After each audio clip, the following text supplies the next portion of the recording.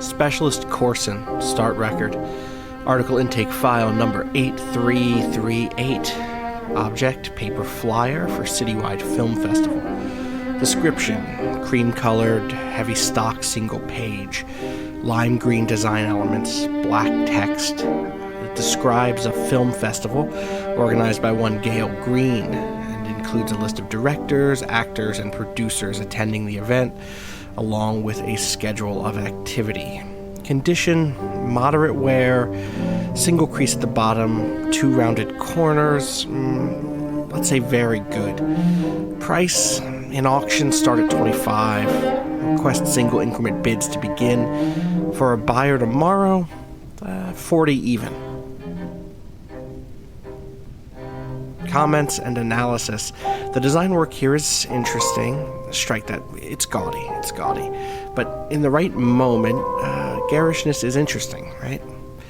And I think it was the right moment when this was printed. Given restrictions on printed materials, and especially on typeface and color, I don't think this was made in Blue City. This was imported, which leads to some questions. Why would you import flyers? What was so important about these embellishments that you'd risk the wrath of an inspector if you smelled funny at the border or if your smuggling route was ferreted out? Jeez, it was unintentional. Anyway, answers, of course, are on the object itself. Familiar names, Gail Green, Blake Blossom, the whole ordeal around the missing tape, the so-called agents sent in to retrieve it. Messy business. Regardless, note to the seller, unlike a cabinet or a pistol, there's no obvious use value for an object like this, so you either need to convince the buyer that there is one, or else find the unique collector for whom ownership is its own use. That's it from me. I'll send it over to Halfway as soon as I can.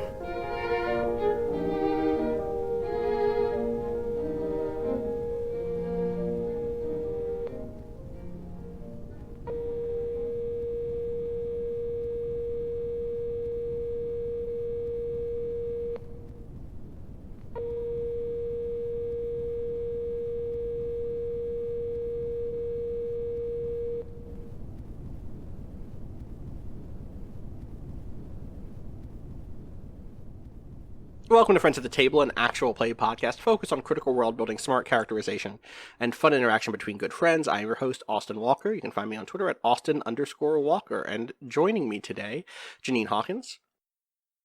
I'm Janine Hawkins. You can find me at Bleating Heart on Twitter. Jack DeKeat. Hi, I'm Jack DeKeat. You can find me on Twitter at NotQuiteReal and buy any of the music featured on the show at notquitereal.bandcamp.com.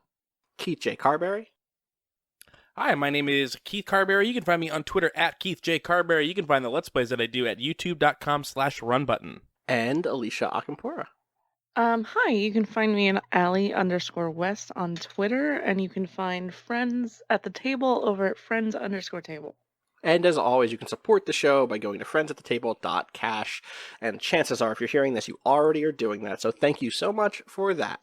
Today, we are playing a game and a half. We are playing Lacuna by Jared Sorensen, illustrated by Manning L. Kroll. And we are also, I've hacked in a number of things from a game that we've played before called Tech Noir by Jeremy Keller. So, what is this game? I guess here's the high-level pitch, and I'll just read what I sent to y'all today from this dossier. Film star Blake Blossom is dead. This is, on its own, not surprising. Famous actors die, at least as often as everyone else. But it is where he died that makes this an issue for, and it's blacked out here, but it's for the concern. Blossom was last seen walking down the beach 1 week after the filming of the 86 at approximately 0200 hours, far from any shunt points. Yet within the month, Green-level agents reported that he had emerged in Blue City, where he quickly began a new career as an avant-garde filmmaker, something no transplant could do without connections and support. 8 months later, he disappeared without a trace. 2 days ago, his body was found in the thicket by a construction crew while draining a pond at a new housing development. Witness reports indicate that he was found with a portable film camera, its reel empty. Due to the strange nature of his arrival, his rapid ascent into Metropolis's social scene, and the secrecy around his cause of death, it is possible that he was in contact with Agent Squire, aka Hector Who, or another hostile personality. Operate with caution. Identify his cause of death, locate the tape, and bring his killer to justice. Lacuna is a game that does not give itself a very easy pitch. Like, there's not like a big nice thing I can copy and paste to be like, aha, here's what the game is. But it fundamentally, I'd say, is like, it's a game about espionage and intrigue. You could play it as a Cold War game. You can play it as an Inception game. It's a game about diving into a collective unconscious and then doing spy shit there. It's a hostile environment in which you need to, procure. Is that the word I'm looking for? That's a word, right? Procure? Like Yeah. get? Procure means get. Yeah, got it. Yeah. Procure, cover or disguises, hook up with connections that you know, find information, and solve some mystery. It is a game that it has a great deal of kind of weird / supernatural stuff in it, and has its own big setting, which we are largely discarding outside of the use of some NPC names and some kind of core ideas around things like blue versus deep blue level clearance and stuff like that. You were playing as agents of a group that was first brought up in the Norlandia game called The Concern. This is a group that, as far as listeners and characters, the characters in this game are concerned, investigates or interacts with a place called Blue City, which is where Hector Who seems to have disappeared to. Hector Who was the radio man who was supposedly killed at the start of the Norlandia game, and then we learned was actually killed well before that. And then beyond that, we also saw him a bunch walking around and doing stuff, so we know he was not fully dead, right? Some of you are playing old characters who have since joined The Concern. We should just go over those really quick at a high level. Just a name and who you were before and what your agent name is now. Let's start at the left here. Allie. Oh, hi. So I'm playing Agent Ryder, aka Chris Andrews, who was playing in the Norlandia game. Where do you want me to go? Yeah, she was a big. That's all. You were a big fan of Hector Who, and if people don't remember, if you haven't gone back and re-listened to Norlandia, which fair, there's like a ton of mechanics up top in that game, and that's a real barrier to listen to that a second time. But go back, just skip those mechanics, just listen to the stories. There's some amazing fucking scenes in that game. The end of Chris's story was that you were kind of coerced into joining The Concern by a woman named Leslie Strada. Who is actually aka Agent Ward, who is a personality in this game. And you've since joined The Concern. Janine? I'm playing as Agent Seals, also known as Maggie Darcy, who's from that first fiasco game we did in Bluff City. Awesome. I just realized that the names are wrong on this thing. I don't know why I didn't fix this. That explains why there was some confusion before. So yeah, Maggie Darcy was the IRS boss, right? She was not like a boss, but like a local, she did a lot of investigation, but also managing some undercover agents and field agents and stuff. The Tawny Buck and Jody O'Brien reported up to Maggie Darcy. Yes. Keith. Hi. Who are you? Oh, God. Should I have a real name? Maybe. I don't Only think your character maybe. would use it with these people, right? Yeah. Well, they know me as Agent Hurd. Hurd. That's what Hurd. it was. You were Hurd, right? Hurd. Heard. Heard. Okay. Agent Hurd. There you go. And then that's your character, as far as I know, is just kind of like you. So one, your character has a higher level of clearance than them, which means there will be times when I'll be like, Keith, you know blank. Yeah, I am deep blue. And I will say that explicitly fairly soon. But other than that, we know that you were. We'll get into that stuff as we go through character sheet stuff. Lastly, Agent Page. Jackie Yeah, Keat. I am Florence Slowly, who we last met in the Noirlandia game.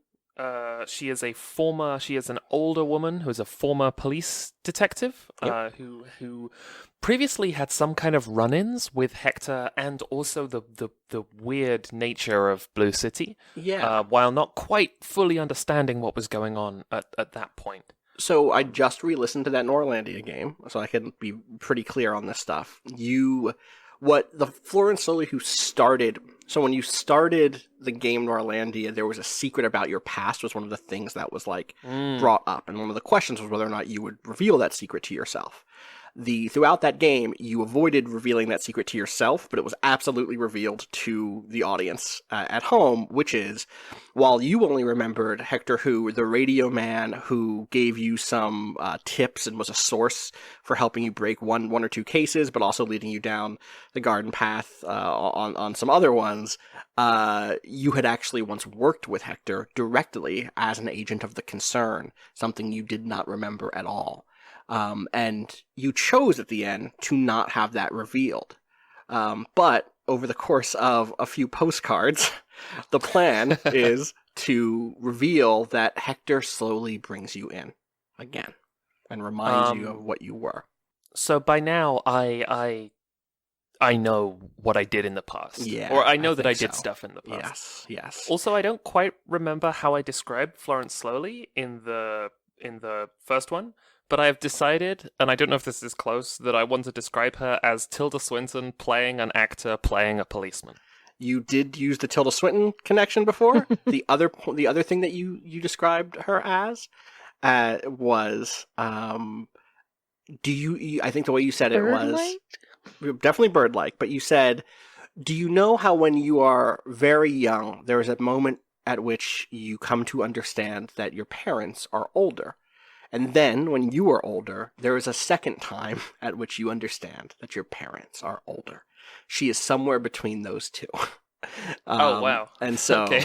that is how I asked. I was like, "Well, That's how old really is helpful, Florence?" Jack. Thanks. Yeah. So that is Florence Slowly. This game is weird, and character creation is weird. I'm going to ask you some weird things about it. I'm also going to say up top that there's some things we threw out. This is a game that says, okay, well, you play a character who's the same gender as you, and that determines one of your stats. I've thrown that out entirely. I don't care what gender your characters are. I don't care what gender you are. You can play whatever character you want. And also, there's a thing that says your character's heart rate, which we'll get into in a moment, is tied to your character's age. I've also thrown that out.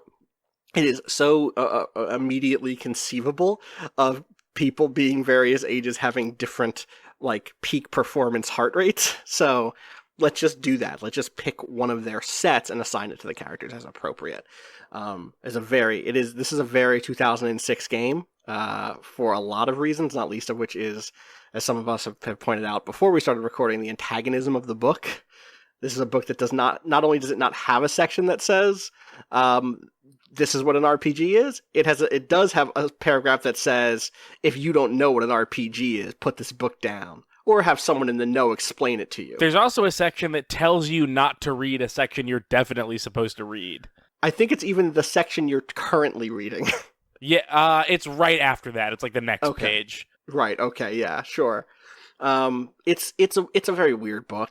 I was saying before we started recording that it comes out of a moment in the early to mid 2000s, where independent small press RPGs were just starting for the first time, and so I give it a little more slack when it comes to things like its attitude, because it comes from a designer who I know was making not that much money. And spending what money that they had on a kind of passion project game. This is not a Wizards of the Coast project, but I am so glad we have learned in the RPG space the importance of clarity and searchability and organizational stuff. That those things are as important as flavor, which this book has in spades. But would love to very quickly be able to jump to the page that has stats on it.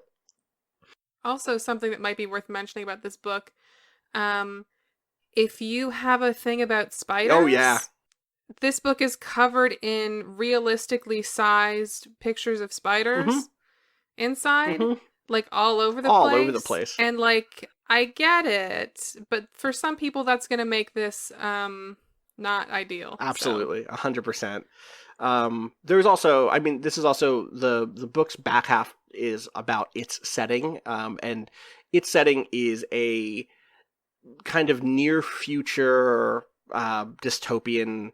Or its setting is the place called the City, or Blue. It's called Blue City. The places, the people there call it the City, but it is a weird dream world kind of metropolis. But to get there, you have to go through like weird brain transfer shit. Again, think about Inception, which is a movie that came out after this book, and the way that like those people go into people's minds. Similar to that, but in the backstory of how all of that stuff came together, it includes like experimenting on prisoners and a very dystopian desire to eliminate like the criminal impulse. And I don't think this is a game that believes in that. I think this is a game that's very critical of that. It does not think that the company, which is what it calls the concern, is a good group or anything like that, but it's very like Warren Ellis, if that makes sense. If people have read any Warren Ellis comics or books, it's very much like it's eager to show you the grimness of like dystopian organizations. It's also a very post 9/11 book.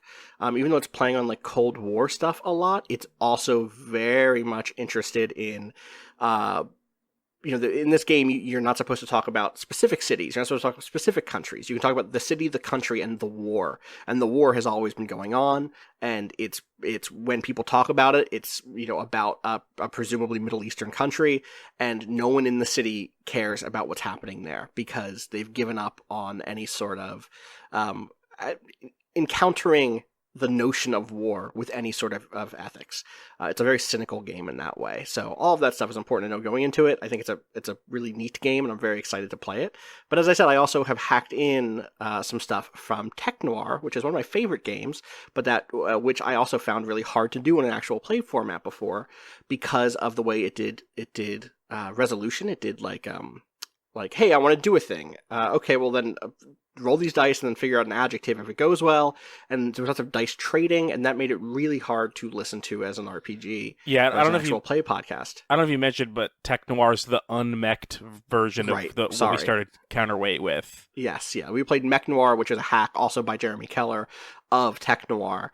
But what I loved about it was the sense of open-endedness and mystery, because the way it works is you have a thing that Tech Noir calls a transmission, which is a collection of people, like contacts, events, factions, objects, locations, and threats. And those are all put out on various tables, and you kind of build a mystery as you play. The GM can obviously direct that in different ways and can kind of point things at different directions, but like at any point when you like go to a place to investigate something, there's a table to roll on to be like, okay, well, you got a success. You found out something about this other weird part of all of this. Okay, interesting, cool. And that helps to produce a mystery that even the GM doesn't necessarily know the answers of. And I thought that was a really cool thing back during Counterweight that we haven't been able to ever like play around with again. And I think it makes perfect sense here in Blue City because Blue City is a very confusing, strange place. And I really love the feeling of not knowing what's going to happen. I obviously know some big picture things. I know who these characters are. I know I know, who Blake Blossom was. I don't know who killed Blake Blossom. Right? And that way it's similar to our Norlandia game, in which we procedurally came up with the story of Hector Hu's death by way of the game mechanics. But the other thing that's nice here is Lacuna does not give you much in the way of structure. Lacuna, y'all probably didn't read the GM section, but like it says up top, there is no, and this is how you build a good mystery.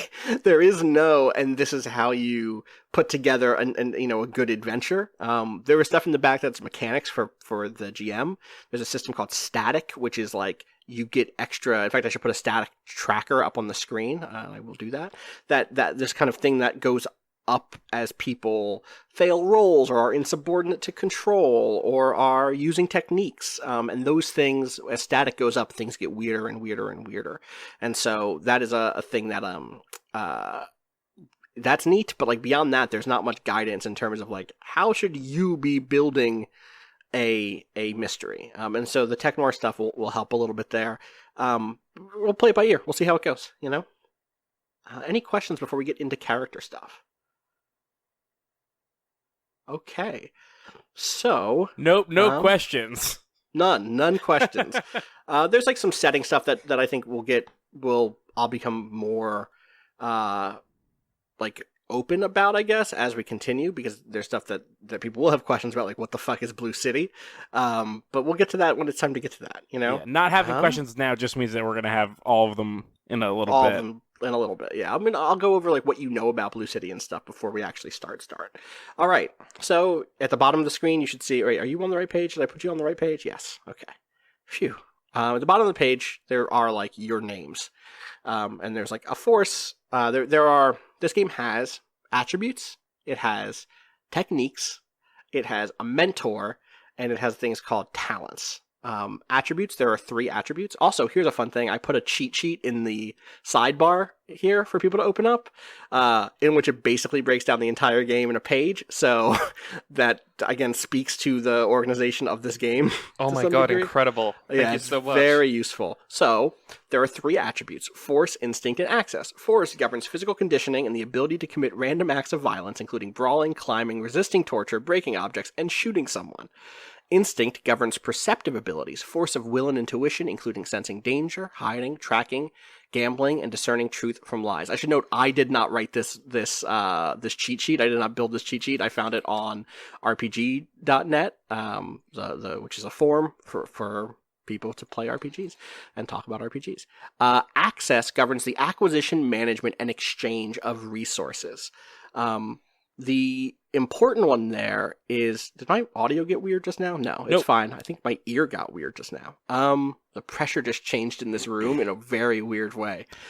Anyway. It's Blue City. It's doing it to you. It's fucking Blue City is coming for me. There's like a light ringing in my ear. It's fine. Force is really obvious. I think instinct is really obvious, right? For the most part. Access can be a little weird because access, one of the things to know is you're kind of being dropped. Again, I love Inception as a touchstone here. Obviously, The Matrix is also probably a really big touchstone here. You're going into a city and you're kind of going in naked, not literally naked. You have your uniforms, but you don't go in with any weapons. You don't go in with any vehicles. You don't go in with any identification. You don't go in with any food or I almost said milk. You don't have any food or milk when you go in, which is a problem. That's a thing that we don't often say about our games. Our characters always take milk with them on They quests. normally just have milk with them, and now they don't. Austin, if you could block your ears for a second. Austin thinks the only drink is milk, and none of us have been able to I've figure noticed out how this. to tell him that there's other stuff. Can I just know. don't see a need to tell It's sort of him. like how Yeah. it's sometimes it's like in the South how they call soda Coke in some places, like all soda's Coke. Like sometimes Austin will drink water and say like, "Oh, this is nice milk, clear milk. I like clear milk." I don't know. It's weird. Okay, Austin, you're good. Hold on, I'll DM him. Sorry, I was just taking a good sip of this great caffeinated milk. So access is interesting because it is finding that sort of stuff, but it's also things like knowing how to navigate Blue City, because Blue City is weird. It's also being able to contact and ask for things from Control, which is like your handler, basically. So that's basically what it is. So we could start with just that if we want to go down what those are. Does that make sense? And then instead of doing it all at once and then going from person to person, let's just start with and also, one more thing, which is for each of these things, for force, instinct, and access, there is also a talent. And talents give you a bonus dice, is basically what they do. We'll talk about how that actually happens when it's time to talk about how that happens. But for now, no, if you do something that your talent can do, then you get a bonus when you do it. So for instance, in the force category, there is the aggression, athletics, and strategy talent. And there's some overlap there, but it's never a complete overlap, right? So one of the talents for force, aggression, is kill, destroy, or damage something, right? So you're in a fight. Can I use my aggression dice, my aggression talent? Totally. You're in a chase. Okay, well, are you trying to kill this person? No. Okay, well, then you probably can't use your aggression talent for it. Are you in a chase and you have athletics? Okay, yeah, totally. You can use athletics for that 100%. What about strategy? Well, maybe are you trying to capture somebody? Okay, and maybe you could do that in a chase in that way, right? Or if you're being chased, can you use strategy? Probably not, right? So there are 3 per each thing. So let's just start, Allie, with Agent Ryder. What is your force, instinct, and access? So my force is 2, my instinct is 4, and my access is 3. Awesome. Do you want to just add them down to the sheet there? Yeah. Okay, cool. What is your talent? My talent, I think I'm gonna go with intuition. Okay, so intuition says sensing an ambush or general wrongness following hunches. Again, it's up to us to kind of figure out what that means, and that's under the instinct category. Cool. Also, everyone will either have 3-3-3 or will have 2-3-4 in some order, basically. One really very funny easy thing that the book attribute there. does is instead of saying that, it lists every possible combination of.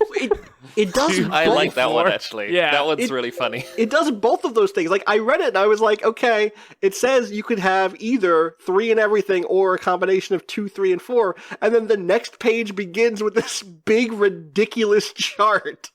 That So shows goofy. every permutation. Yeah, Also, I starting think- mystery agents have 9 points to spend on attributes, either a rating of 3 in all 3, or ratings of 2, 3, and 4. Then there's another paragraph that says, agent, using the 9 points allotted to you, write down your attribute ratings, as the minimum rating allowed is 2, and the top scales out at 4. Attribute ratings break down into these permutations. And then there's a huge fucking chart. It takes 3 whole lines. It Going does. across. It's very funny. Sorry, real quick. Are we supposed to have 3 different talents? No, right? Just one. No, one That's what talent. I thought. Okay. Yes. I saw that it's a Also, I think- talent on all 3, so I was like, oh no. Yes. Someone is filling out my card. Oh, Uh-huh. sorry, I'm one over. My You are? page got switched. Agent Hurd, you might have a higher security clearance, but you don't know which index card I'll has your tell name you above it. what your how forceful you are. And then also add your talent. Awesome. Oh, there it goes. Perfect. Maggie Darcy in red. Yeah, I'm going with 3 in each Mhm. because Maggie seems very well rounded. Mm-hmm. In general.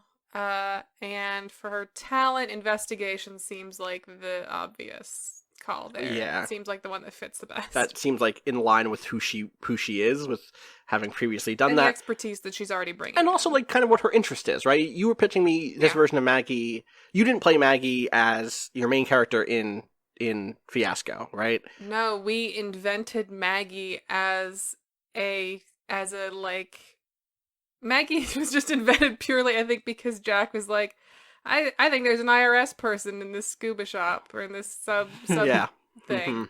Mhm. So you're like, oh, okay. Her name's Maggie Darcy, and Right. she's worried about your binders. And the thing that you pitched was like Maggie Darcy as wanting to be more of a field agent. Yeah. So investigation, search crime scenes, analyze evidence. Nice. Keith, I appreciate that you have taken the Lacuna Keith School is of making layout this here. look real spooky, and I love it. All of your stats are skewed, and also you originally the word strategy, which is your talent, was just sort of spilled out on your character sheet as if little pieces of cereal. It's a real I'm not sexy exactly situation. done arranging it. I'm gonna do a little bit more work on it, but yeah, each letter is its own sort of text box here. Uh-huh. Oh god, it's incredible. I love it. I'm surprised they're all in the same font, honestly. Oh, I forgot I Um, could change that. I God. shouldn't have said anything. You have 3 in everything. 3 force, 3 instinct, 3 Yes. access, and your talent is strategy, which is a force talent, and it's incapacitate, subdue, capture, or process. Process is an interesting one there, because that makes me feel like, also, I do paperwork well. Yeah. It does say let me see. I'm gonna there's a quote on one of the things. It says, "To say that the life of a mystery agent is exciting, well, it's a lie, really. Really, we're boring individuals with boring lives and boring clothes, and we huddle together for warmth like hairless rats in our boring little gray offices. Gray rats, gray lives." Yeah. Then again, that is written in the section called green. So my guess is green agents live much more boring lives than Yeah, that's deep blue true. agents. But you have to live You through do. green to get to deep blue. You do. It's true. Finally, Agent Page, Florence Slowly. I have Force 4, Ooh. Instinct 3, Talent 2. Or Instinct, Access 2. Access 2? Yes, Access 2. The Florence that we saw in Noirlandia was retired Florence, who's been, like, not trained recently. Mm-hmm. And I want to commit to the idea that in its grimmest possible way, Florence used to be a cop. Right. So she's Force 4, Instinct 3, Access 2. And I had originally written down strategy before Keith wrote down his spectacular strategy hellscape. And now I'm wondering whether or not to just go for aggression. That's interesting. To just go like, Florence is this weird sharp object. Right. Who is like, yeah, I retired, I raised a kid, my basement got haunted. Now I'm very far away from my kid and my basement, and I've been sent into a parallel city to fuck things up. Yeah, I love it. I'm good with that. This is a very interesting grouping. I like this a lot. So again, you were 4 Force, Instinct 3, Access 2, and your talent is Aggression. Aggression, yeah. All right. Shit. Okay, no, I'm good. Okay. The second thing here is heart rate. So everyone has a target heart rate, a resting heart rate, which is your starting heart rate, and then just like a maximum heart rate. The way heart rate works in this game is when you do stuff, your heart rate goes up. Anytime you roll the dice, your heart rate goes up. When the game starts, you have between a 70 and a 75 heart rate. You can just write that down under current right now. It's up to you.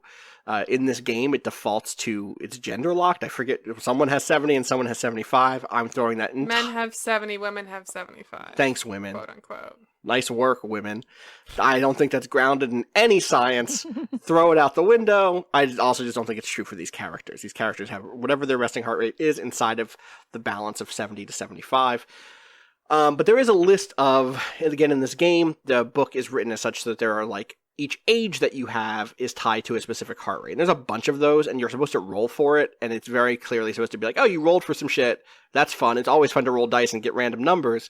But the basic gist of it is, the lower your age is in this book, the lower range of these heart rates, your maximum is really high, but your target range is harder to get to. It's higher up. And so I guess I'll explain what target and max does. I guess I'll have to explain how rolls work in this game. Let's just do a simple one for real. One time, Agent Hurd, you were in a fist fight with somebody. And you wanted to win that fist fight, and so you used your force skill. Can you give me 3d6 right now? I can do that, yes. Because the way this works is you roll 1d6 for each attribute point you have. Sorry, 3d6? Give me 3d6. That is a 10, which in this game would be a failure, because your goal is to get to 11. So, when you fail in this game, either something happens, and I get to decide a thing, right? So one thing that happens is static goes up, and I can do other shit. Or you can say, no, I really want to succeed here, let me try again. And what happens then is, you roll again. Just give me another 3d6. 7. That's a 7. You would have failed again. This is bad. This is a bad fight sequence for you. Yeah. This is a very telling thing here, right? So at this point, for each roll that you make, as you're rolling, whatever number you roll, your heart rate goes up by that number. So when you first roll that 3d6... Only when you fail? No, always. Always. So that first heart rate, first roll, maybe you would have gone up from your starting 72 up to an 82. And then you would have gone up from an 82 by another 7 that you just rolled. So you'd be up to an 89. I just realized I need a third thing here, which is I need your target heart rate thing. Yeah, do what Allie smartly did and just add it underneath. Nice work, Allie. So here's the thing. When you hit your target heart rate, which is a range, so for instance, Allie's, Chris Andrews, or Agent Ryder's is between 93 and 138, you can roll as many dice as you want to. That's what the book says, and I'm just going to read it that way. I'm not saying it caps out at 5, even though your character sheets top out at 5 or 4 or whatever. You get to roll as many dice as you want to. But I could just roll 46 dice and die. Yeah, well, so what it does is, you would, in fact, continue to add to your heart rate. And at that point, when you hit maximum, you don't die, but what happens is, everything that you try to do that uses force or instinct is a what's called a risky roll. At any point, you can be in a risky roll. Being in a gunfight is a risky roll. When you fail a risky roll, the related attribute drops. So, like, if Agent Hurd fails this boxing match, this fist fight. I forgot the word fist fight and jumped to boxing match, which is fun. If he fails this fist fight, actually, I don't. Is Agent Hurd he him? I actually don't know what Agent Hurd's. He him. Yes. Okay. So if Agent Hurd fails this fist fight, you would drop your force down from 3 to 2, and there are ways you can raise that back up. But that's not great. That's bad, right? And so the point is that, like, when you get to maximum heart rate, it's not like you die. It's just that even things that wouldn't traditionally be risky in that way can become risky, right? So, like, even though you're just like trying to climb the side of this, building or whatever, you're not being shot at or anything, that becomes a much more risky thing because your heart rate is like all the way through the roof. And that is, to be clear, it's not just like your heart rate in the moment. This is a game that's like imagining you on a slab tied up to, like, with IVs and weird pulse monitors and shit all hooked up to you. Again, think Inception, think The Matrix, think in that space. And so it's like your natural body's heart rate is pounding, even though in the world you might look really calm, and again, there are other ways to, like, manage that stuff between scenes and other stuff like that. So, Chris Andrews, what is your current and maximum heart rate? So my current is my current is 73. My maximum is 184, and my target is 93 to 138. So you're right in the middle there, right? You have a nice sizable target range, but also a pretty high up maximum. Maggie Darcy. Current heart rate is 72, maximum is 183, and the target is the same. It's 93 to 138. All right. Agent Hurd. My current heart rate is also 72. My maximum is 190, and my target is 95 through 142. All right. So again, kind of in that same basic space is, like, you want a high maximum and a kind of a late-ish target. Agent Page, Florence Slowly. My current heart rate is 70. My maximum is 170. And my a little lower. My target heart rate is 85 to 127. Gotcha. So that's you'll get into that target range way quicker, which is great because, like, Florence is experienced, right? I'm kind of like a glass cannon, right? Yeah. Here's hoping. I should go ahead. I should also say that Keith has been refining his hell card. Yeah. The highlight for me right now is the indifference between numbers written in numerals or in letters. So we've got force, instinct, and talents are written in the word 3 in what seems to be some kind of papyrus-like font. Yeah. And then where his target heart rate would be written, it is off the bottom of the card in a truly illegible red that says something like, remember 85 through 145. Something like that. 95 through 145. Yeah, but written in out. words. In words. Written Yeah, in words. And in, like, print block font, not in handwriting. Yeah, and it also extends from the edges of my cards and onto, well, it's outside the bounds of my card, but it's so big that it also goes onto the cards next to mine. Yeah, it begins at Maggie's. It's printed onto the cork board. Yes. That's hard to do. It's hard to do. That's not great. They're vinyl stickers.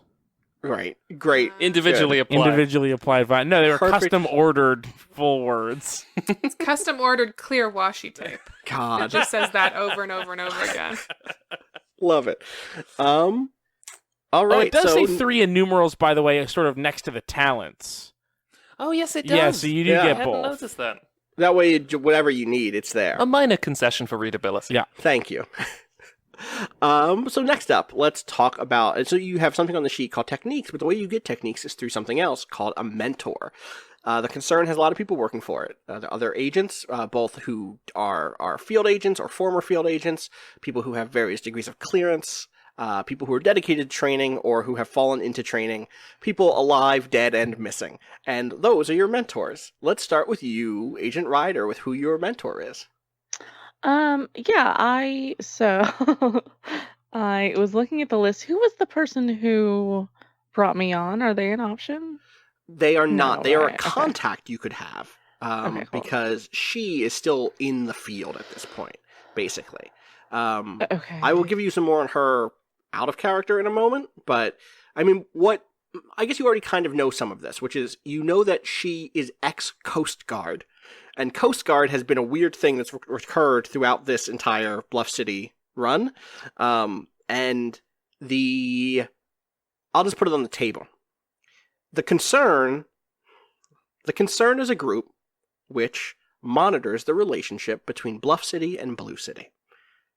The concern is, on paper, interested in maintaining the borders between those two and keeping a balance and making sure that Bluff City, which is a city filled with creativity and expressivity and a billion other really positive words for like thinking about stuff and being kind of paradoxical but in a really powerful way, and identity being important but ever changing and expansive. They're concerned with making sure that stays that way, and that the parts of Blue City which are restrictive and repressive and are hierarchical and coercive are kept in Blue City. Except that the concern operates in both Bluff and Blue City, and is at war with itself. The concern is in a constant state of Cold War, which is to say lots of little proxy battles, lots of little, deniable operations between a faction inside of the concern that we know as the Coast Guard when they appear in Bluff City, and a faction that we've not seen what they look like yet on the screen of people from Bluff City going into Blue City. And so on paper, all these people are allied, right? But in reality, they are constantly sniping at each other, even as they report up to the same chain eventually. And so the person who recruited you was Leslie Strata, who was ex-Coast Guard, which is to say she is from Blue City and betrayed Blue City and joined the concern, stopped being part of the kind of Blue City faction of the concern, and started being part of the Bluff City faction of the concern. So that is who she is, and she is a contact. She's a personality in Bluff City, or in Blue City, that you could run into during the game. If you do want to have her as a person who you interact with, you could choose a mentor who knows her and would have, put you in touch with her on the other side, basically. And I think that's either Gardner or Forrester are the two who have her as a contact. Okay. But the mentor also determines some other stuff that you might think is more important, Yeah, I was like so lost on the techniques thing. I think I'm gonna go with Agent Duke. Okay. Even though I don't. So I can talk you through what that stuff is, Okay, basically. yeah. So each mentor gives you a technique that you have immediate access to, and then also opens up a category of techniques for you to learn. So for Agent Duke, he gives you access to the endurance technique immediately, which is this is one of those things that I wish was just on the same page. The endurance technique extends your target heart rate by 5 BPM in either direction. So either you could start 5 lower, or you could your maximum could be +5. So you just get that right away. Then the other thing that Duke does is gives you access to skills. I've left the page and now I have to scroll back down a bunch. Assets is the other one. Oh, it's assets? All right. So then it gives you access to the assets category of techniques. The assets category of techniques are things like bulletproof. The agent may ignore 1 point of force attribute loss. In other words, when you fail a force roll, you don't lose force. Or the same thing, but for instinct, ESP. Or driver, the agent has access to a sleek black 4-door sedan, because otherwise you don't have a car when you go into Blue City. And so because of the way we're playing, I'm giving everyone one of these more advanced techniques. I'm acting as if you've already leveled up once, basically. So if you choose Agent Duke, you'll start with endurance, and then you will also start with any one asset technique that you think is interesting, that you think is what Chris would have. Does that make sense? Yep. Cool. So you're going to go with Duke, or you're going to pick somebody else? Yeah, I'm sticking with Agent Duke. I just think it's like a personality fit, which is Yeah. Do you want to read what the Duke write-up is, or do you want me to read it? yeah. So Agent Duke works in CME, Cursor Exploration. Yeah, he's like a scout basically, right? Like Okay. he's the person who's doing like it's not that he's going to Blue City, right? But he isn't doing dirty work at this point. He's not doing wet work or whatever. Yeah. And is known for his clever mind and quick wit. Although trained under Agent Wagner to work in Blue City as a mystery agent, an incident while on the slab caused Agent Duke to involuntarily eject from the mission. Subsequent reinsertion provided impossible for mysterious reasons. Duke isn't especially bitter about the change in his clearance. He finds his work challenging in a different way, one that takes advantage of his perceptive nature. Yeah, he's like laid back about it. He got a demotion. He's like, you know what? This is all right, actually. What if I didn't have to go kill weird things or get shot at? Like, I'll just become like a reconnaissance guy and get to go into this weird city and hang out, and that's okay. You know? Which is neat. Cool. So then, yeah, write down endurance and then pick one of your other, the techniques available to you, one of the other asset techniques. What page are those? Those Oh, wait, I see them. you I got got them. Okay. Sorry.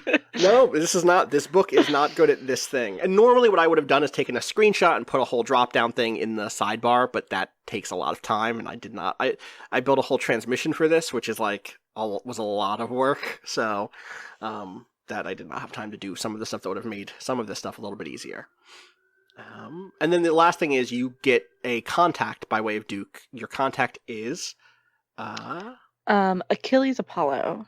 Right, whose name, again, is someone who you might recognize. Achilles Apollo was the boxer that Doyle McKay fought from out of town in Fiasco. He came as, like, the prize fighter with a guy named Walt Whitaker. And we now know what out of town means. Out of town, in that case, at least, meant from Blue City. So Achilles Apollo is 26. He is an underground boxer who works as an enforcer in the Whitaker Syndicate. He often works as a third-party agent for the Concern who can't get their hands dirty. So he is someone who, I imagine Duke introduced you to. I mean, so what is your relationship with Achilles Apollo? The adjective that I wrote down was sympathetic. And yeah, I don't know. When I originally played Chris, when she was in Bluff City, she was someone who was like traveling to Bluff City week by week, like not sleeping a lot, staying up all hours of the night. And like I think within the strains of this game starts out by being like, you are capable of doing this, or else you wouldn't be doing it. But I think that the nature of her kind of the way that she came onto it and the way that she's adjusting to it means that like she's cool with the guy who's like, yeah, I got a demotion and whatever, right? And then this other person who's an agent who's like, okay, you'll get there. Yeah, totally. Who's like this? There's very like kind of working class affinity that Chris Andrews has, right? Like he's like an everyday people type of person, Yeah. That's one thing I will say I'm happy about with this game is that when I look at the agents that they have, when I got to that section, I was so ready for it to be a bunch of just like hard ass assholes. And there's a couple of them in there, but there's also a lot of people who are just like kind of schlubby, or like kind of like smarmy, but in a friendly way. And that was not what I expected. I'm glad that there's a range there. All right, cool. Do you know which of the asset things you're going to pick, or you want me to come back around? I'm so torn between driver and caller that I'm going to wait to hear what everyone else says. Sounds good. All right. Maggie Darcy, a.k.a. Agent Seals. So I was really torn on this because there were like some like techniques I was really interested in, but the contacts I didn't really like. I couldn't really, I don't know. I just didn't have a feeling. I'll say no matter there's what. There's like one contact in particular that feels like the easy call, and feels like the call that should be made. Yes, there is. So I should be feel clear, like it's those better characters to... will still exist in this world and will recognize you and know you. The fact that they're a contact coming in is that you know how to get to them, right? Like, you won't have to make a roll to, like, if Agent Ryder wants to go to see Achilles Apollo, I'm not going to say, well, how do you find them, right? In this weird mystery city. So does that make sense? You know what I mean? Yeah. Can you cover what the commendation points or the... Yes. So commendation points are basically experience points is what I would... They're like experience points, but they're also something you can spend to do certain techniques, basically. You get a commendation point when you do Roll a a six, roll a six while you're in your target heart range. Yeah, exactly. Yeah. On any dice. On any of the die you roll. Exactly. Totally. And then you can spend those to do certain techniques. Certain techniques cost you a commendation point. So like one of them is what is it? Like Meditation costs you a commendation point to subtract 1d6 from your heart rate. Exactly. Totally. I think everyone should come in with like some amount of commendation points because you've all been acting, you've all been doing this. I kind of want maybe just like 3. Everyone gets 3 to start. Does that make sense? Mm-hmm. Yeah. That way there's like a little bit of a pool. And then if you get 10, you basically level up. That is not true though with I guess, yeah, that's the thing is there's a thing we're not doing here, which is that by default, a deep blue agent is someone who has all of their talents in a single thing or 1 talent per category. Though maybe we should just do that. Like, I want Agent Herd to be a deep blue agent, and I could just give Keith more shit, you know? But Yeah, I don't want to do that and make people feel bad. Do you know what I mean? Hey, well, also, maybe they should have had characters from Norlandia that less fit this game.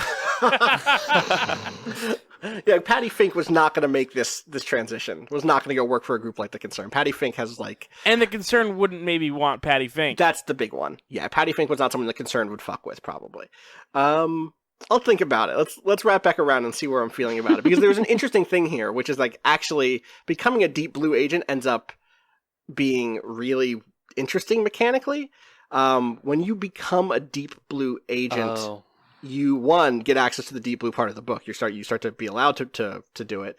But also you can reduce static, which is the thing that kind of pops. It's almost like a clock. Static in this game is like an early form of the clocks I love so much. And senior agents can reduce that static by spending commendation points. But as they do that, they start to gain private static. And private static basically sets a static floor going forward. So it's like, what if you could turn back clocks that I've advanced, except every time you do it, there's the bottom of the clock gets a little bit higher up. It's Click starring Adam Sandler. It's Click starring Adam Sandler. Exactly. It's Click starring Adam Sandler. So there's a popular thing in the games world that says that Click starring Adam Sandler was actually secretly based on Lacuna, but you know. But Christopher Nolan didn't say. Exactly, but Christopher Nolan was like, no. Also, it's one of my favorite Christopher Nolan movies. Click with Adam Sandler. Yeah. I've always thought about how it's like a great analogy for game design. You know, Click with Adam Sandler. All right. So what are you thinking, Maggie? Okay, so I love how far apart the page that, it's great. that describes all the techniques and stuff is from the actual mentor. Here, give me 2 seconds. Mentor profiles. Did I mistype mentor? No, in this thing, there's one of the squiggles on the end. Oh, okay. Well, wow. Like the mañana squiggle. A tilde. I don't even know how you would... That symbol doesn't mean something in another language. No, that's just for flair, for a weird right? thing. Yeah. Here, I'm going to put all of the techniques. I'm doing the thing that I said I would do if I'd had more time. It doesn't take that much time, but it's one of those things you don't want to do on the call. You know. Do you want me to read the mentor description while you do that? Sure. I'd like to have Senior Instructor Snyder. Sounds good. Snyder is known throughout the company as its toughest trainer. He's also an anomaly, the oldest agent in the company. Big blacked out section of text. When he was active in the field, his no-nonsense attitude and extreme methods was the stuff of company legend. Though no longer sent out on assignments, Snyder hasn't changed a whit. Recruits placed under his care can learn a lot, but the grizzled ex-mystery agent demands only the best from his students. Snyder's age and current status owe to a previous retirement age of 65. He enjoys telling new recruits that in his time, quote, retirement was a single malt scotch and a bullet to the back of the head. Oh my god. He says it as though it's a joke, but he never laughs. Yep. Here's the thing. I just realized I've been reading a thing wrong here. So he's 63, which is older than 59, which is the age of the maximum age for a starting character. And so the way that they remedy that is they say Snyder's age and current status owes to a previous retirement age of 65. Here's how I've been reading it and the way that I choose to believe it's canon. Snyder's age and current status owe to his previous retirement at the age of 65. Don't ask me why he's 63 now, and he was 65 when he retired, but I'm gonna roll with it. That's what I think is true about him. Yeah, I could see the Maggie connection here. Like, he is like a company man in the sense that, like, she is, right? Like a consummate professional. And he gives you access to meditation, which I've put the techniques in the sidebar. People can pull that up now, which is the one that lets you spend a commendation point to subtract 1d6 from her heart rate. So that is a nice thing to keep your heart rate in play. And then he also gives you access to skills, the skills subcategory. Which of those are you going to take? Judge. The agent can detect falsehoods when questioning a suspect. Oh, that's it. That's good. That's great, because that's just like, you can detect falsehoods. You know when someone is lying. Classic move. And who did you get connected to by that? Finnegan Hands. Oh, there you go. By Finnegan Hands. I believe so. This was a very fun moment. Finnegan Hands. There was a good moment last night, or 2 nights ago, I guess, when I was doing some of the prep for this in the Drawing Maps stream, at which I was building out the personality list, and I went back and listened with the audience 2 things. One, the fiasco aftermath table, and then 2, the way Jack described the end of Finnegan Hands. And I'm going to read again from the aftermath table in Fiasco, where Finnegan Hands once lived. 0, the worst thing in the universe. This probably doesn't include death, since death would be way better than whatever this is. Be creative and don't settle for the first worst thing that comes to mind. There is something darker, more awful, more wretched in there somewhere. And that more wretched thing is Blue City. In the dossier, Finnegan Hands, it just says, 62, scarred, battered, broken by one too many good ideas. Hands is good with engines, better with boats, and miserable here in a world where good faith is worth nothing but a target on your back. Currently working as a Santa. Because this is a holiday game. And so, Finnegan Hands. Year-round Santa does sound like a miserable... Yep. And also like a thing I would totally buy existing.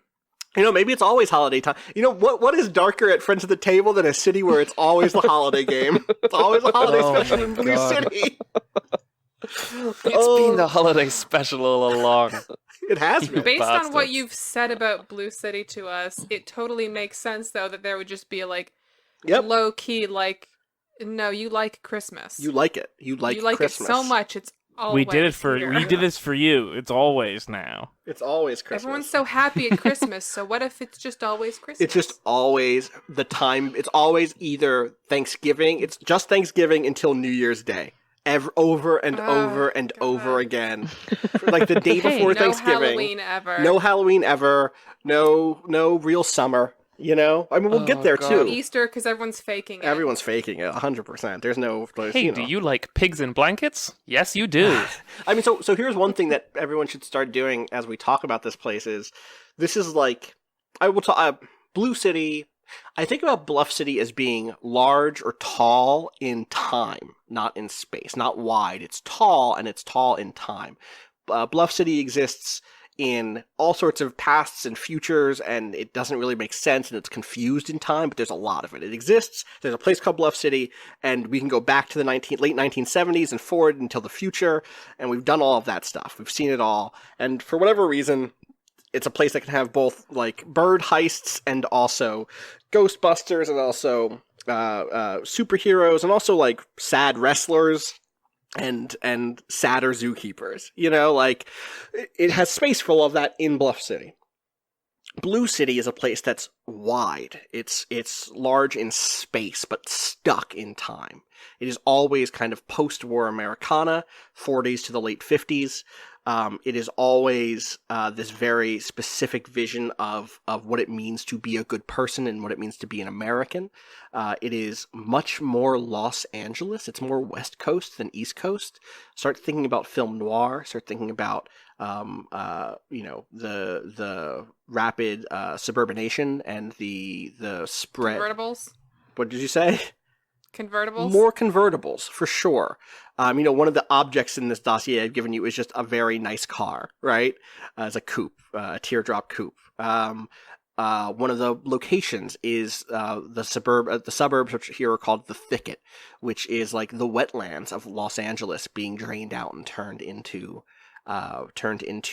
suburban sprawl. It is still a casino town. There is still a boardwalk. It is still that style of, like, it does have those elements of Bluff City. But I do think the water is at the west, right? Like, I do think you get there and the beach is at the west, and the boardwalk goes forever. Literally, you could walk on the boardwalk forever. It is there in the same way.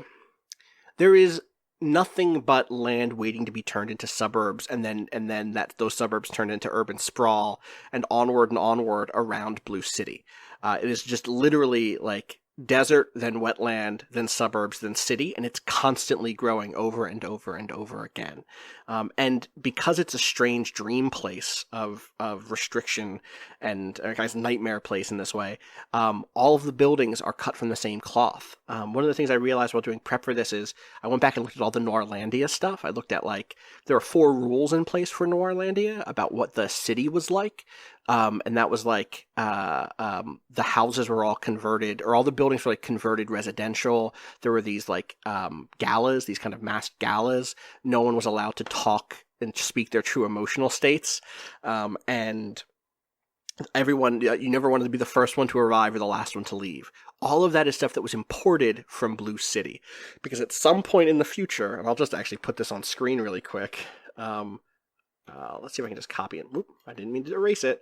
At some point in the future, Blue City gains a foothold on Bluff City. Actually, that's the wrong one. That's the one that's like the way that Bluff City works. I'll send you both of these. Where's the other one? Give me my timeline. Here we go. Y'all should watch Drawing Maps. It's great. All sorts of MS Paint fucking weird shit. We can't. I know you're not. Well, afterwards. I did a tour of New Jersey. Also, I'm partially talking to people listening. But if you look at that second one, I lined up where all of our previous games were. And in a sense, there's kind of 4 eras of Bluff City that we've seen. We know about the past, which is when Millennium Alexander Black was fighting vampires. Then we know about modern Bluff City, which is like the bowling alley game. We know about Cost of Greed, the 86, Scrapplers down at Promenade Arena, When Justice is Done. And then we see No Greater Love, and that place is fucking weird. That place is like not like the other Bluff City. And in that era is when Blue City and the Blue City aligned concern members have started to kind of like take over Bluff City and transform it into this much more restrictive, terrible thing. And then, quick question: are all concerned members Blue City aligned, or no? Right. No, it's a weird internal civil war. Okay, it's an that's what I internal thought. Cold Yeah. War. Yeah, totally. Anyway, we got way off the fucking chart there. Agent Heard. Hi. I think you're up. Yeah. Also, Maggie, can you add that stuff to your? Yeah. Gotcha. Cool. Thank you. Anyway, also Finnegan Hands is there and is sad and is trying his fucking best. So hopefully he can. How did he? Do we know how he got there? I do. Okay. Oh, I mean, I do. We kind of hinted at it earlier in my intro, which is like there are points of connection called shunt points, where you shunt like a train changing tracks. And he just stumbled into one, and it was bad. But he got on his feet, which means someone helped him on his feet, right? Someone there got him a Santa job. Someone there helped him. There's Santa. Right. That's also Santa did.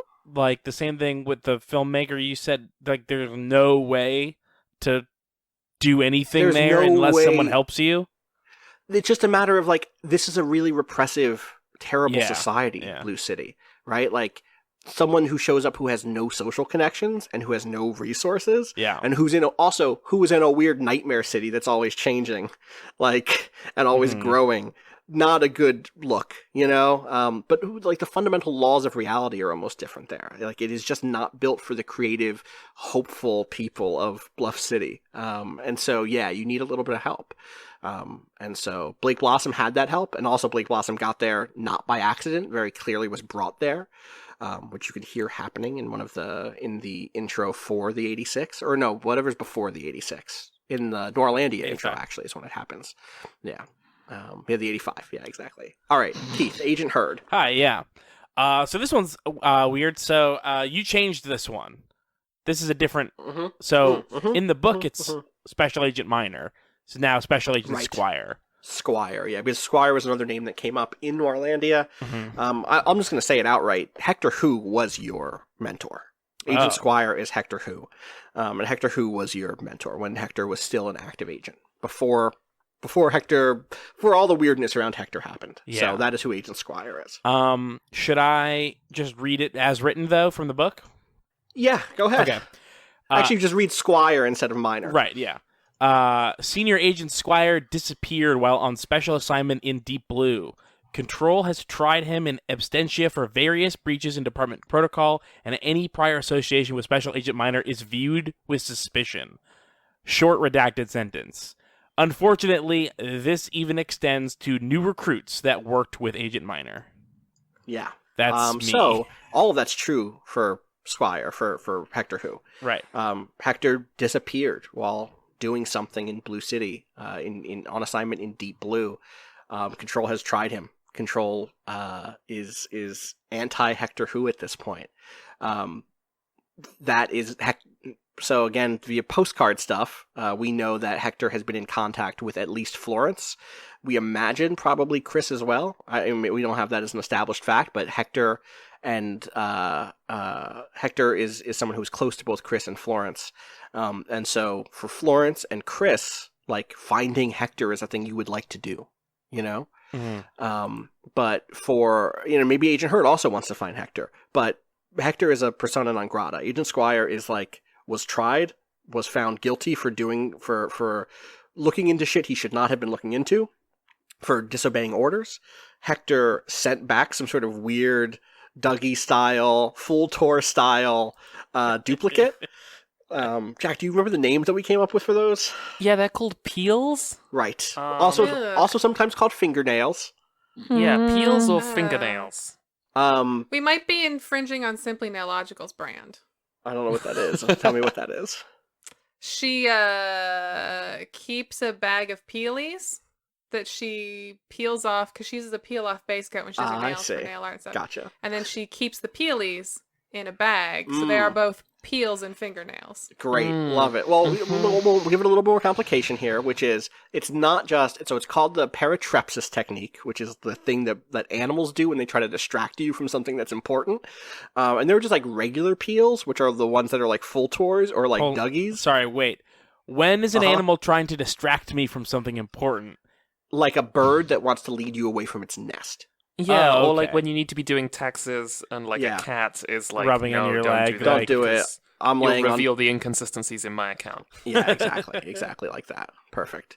So it's called the paratrepsis technique. It's called a peel when it's like a whole tour, when it's just like, hello, you just need to put someone on a boat to make it look like you were on a boat, you know? But what Hector knew how to do is make something called good. Love to fish. Love the fishing. I love it. This is a tugboat, sir. They're I love biting. a fish. There's also something called a content-aware peel, which is what Hector made, which is one who can live a real life. And that is what the Hector Who Radio Man was. And in proof that we really only have the same 32 ideas, Hector ends up doing what Phantasmo does elsewhere, which is like starts digging into some shit. Yeah, but they're great ideas. They're good ones. I like them a lot. So there is some Hector Who there. Hector Who, the radio man, ends up digging into shit he shouldn't, and the concern that takes action. So they didn't care about the peel before that. No, because like, okay, whatever. Like, Yeah. you've made a radio person, sure, but like, once the radio person has downloaded a document that is an interrogation of himself that he doesn't remember, things start to go bad. So what does Squire give you? Squire gives me endurance. Which you've written down as to endure. Yeah. Let me. Where does it say what that is? It's in the sidebar. It's in the sidebar. I've added the techniques drop handout. Right. You talked about that. I did. Okay. It extends your target heart rate by 5 BPM in either direction. Right. Exactly. And so which way are you extending it? I thought it was both. Oh, it might be both. I think it also, does. Yeah. It's an inclusive training either, gives not you an 10 in one direction, and endurance is 5 in both. In each. Yeah. Okay. Cool. So then both Allie and Keith, make sure you adjust those. Right. And Squire also gives me identity, which is a category. Oh, so it's the cover. It's the cover. Right. It's undercover. It's under the cover heading. Okay. But it is literally undercover, as in the agent has a cover identity in Blue City. In Blue City. So you will need a name for that person. So let's come up with a name for that. Yes. Yeah. Whatever your identity is. One of the things I like about these techniques is this is one of those games that's like, oh, wait a second. If that's a technique, I guess I don't know that. I guess I don't have that unless I have that skill. So for instance, if no one here has the writer skill, you will not be able to understand written material in Blue City. That's an interesting one, because in dreams you're like the part of your brain that reads stuff doesn't work right. That's exactly. I actually had a dream yesterday where someone couldn't remember how to write in print, and I was trying to show them and couldn't do it. And that's a nightmare. Yeah, it was a nightmare. Yeah, it was bad. It was a really stressful dream. And I was just like trying to play it off like the letters were working right, but I knew something was wrong. It was bad. God. Likewise, if you don't have spy, there are going to be roles involved when you need to like be disguised in public, in places where you would be very obvious, or if no one with you has the ability to make disguises, you'll have to roll to set that up ahead of time. Whereas if you had spy, you would just be like, yeah, I have a disguise, no big deal. I have this identity, it's fine, So we'll see how that all goes. What is your contact? My contact is Agent Ward, who is Leslie Strada from Norlandia, yes, and who is senior agent on deployment in Blue City. Yes. Oh, wait, isn't your contact Jennifer Jetta? Is it? Does it have to be? Why? What's the? Yes, because it's tied to it's whatever it's tied to whoever your mentor was. Your mentor connects you to somebody. Oh, I missed that. I thought. Yes. I thought I read something about that, but I couldn't find it in the book. It was just. It's not in the book. It was in chat. Oh, okay. No, that's. Yeah. I saw people talking about it. I was very confused because I. No worries. All right. Yeah. So Jennifer Jetta. Last reminder about Norlandia was somehow involved in the death of Hector Who. Yes. So the text there is investigative journalist for both the Bluff City Current and the Sentinel in Blue City was involved in Hector's death somehow. Yes. I'll note no one in Blue City calls it Blue City. It's just the city or the metropolis or around here. Right. The city doesn't identify things like that. It is, just in case people forgot. I don't think we mentioned it. It is spelled Bluff. I mean, Bluff. It's also spelled blue. It's spelled a fake word. This isn't a real word, right? Blow. It's also spelled blow. blow. You could say below. You say blow. You could say below. It's BLOUGH. But you could say bluff, as in it rhymes with rough. Right. Who could say? Another thing really quick. We could say, we're just not. We could say, but we're not. Yeah. Both you, Keith, and Janine, I need to know what you feel about, or what your relationship with your contacts are. So what is Maggie's relationship with Finnegan, and what is Herd's relationship with Jenna? Those adjectives are in the chat. Again, I'll link, or if you scroll up again. Is that how we feel about them, or how they feel about us? You feel about them, per Technor's rules. I feel, I guess, suspicious of Jennifer. Fair. I think protective is in line with where we've taken Maggie in terms of like both the original game she was featured in and that call-in. Yeah, definitely. Agreed with that. Okay. Can you write both of those underneath the contacts so that I can see them? Thank you. Florence, who is your mentor? I think I'm gonna go with Senior Agent Baxter. Okay, she seems cool. Senior Agent Backstab. More like Senior Agent Backstab. Senior Agent Baxter is an amiable member of the concern with years of experience under her belt. As the head of the operation in which Special Agent Squire went AWOL, she was investigated by the Directorate and found not guilty of misconduct. Yeah, so right. So the Directorate likes her. They don't like Squire, but they're No. like, yeah, Baxter was fine. Mm-hmm. A weird black mark on her record, but something we can look past. Yeah. Despite her exoneration, the Directorate revoked her Deep Blue clearance, a fact that has slanted her views on company policy. Unlike Agent Duke, who was like, I got an emotion, no big deal. She's like, I didn't do shit, fuck you. Yeah, exactly. Yeah. I mean, does she know something? We don't know. We don't know. Play to find out. Senior What Agent Well, Baxter is noted... The company says no. could be wrong. What is But it? then they What's the also real- revoked her Deep Blue clearance, right? So maybe it's Yeah. like one of those situations where they know she knows, but they can't prove she knows. Oh, she'd be like more trouble if she knew they knew she knew. Yeah, exactly. Yeah, very clear. Yeah, I'm just following in the spirit of the book here. Uh-huh. Senior Agent Baxter is noted for innovative training techniques that have only recently been adopted by special company services. That's interesting. So the technique that what's it called? The like standard technique that she affords me is meditation. Great. Good to control that I'm heart gonna rate. write that down. Yep. Meditation lets me spend a commendation point to subtract 1d6 from my heart rate, which I feel is like a good contrast to Florence as this like angry police entity. It's like she has been told, like, look, sometimes shut your eyes. Meditation. Shut your eyes. Take a nap. Meditations. Step one. You can No, is that meditate what with your eyes open. Yeah, Lots of them have that. Yes. Yeah. it's true. And she also gives me something from the cover menu. Mm. The options in our cover menu are identity. The agent has a cover identity in Blue City, which is what Keith's character has. Documents. The agent carries official-looking identification. Credit. The agent can acquire provisions and equipment using their mentor as a reference. Contact. The agent has access to a friendly contact known to the agent's mentor. I've kind of given everyone that, but if you want a second one, you can pick. And Safe House. The agents have access to a safe, secret location set up by their mentor. Hold on. Sorry. Do we get all of cover? I thought we just got one. No. Oh, Just one. okay. I was just reading it so that people would be like, here's what we've been picking from. Okay. And Keith has identity. Yes. Thank you. Yeah, I think I'm going to pick documents. Interesting. Okay. Official looking identification. Yeah, I'll also write that down. But not an identity, which is interesting. An interesting divide.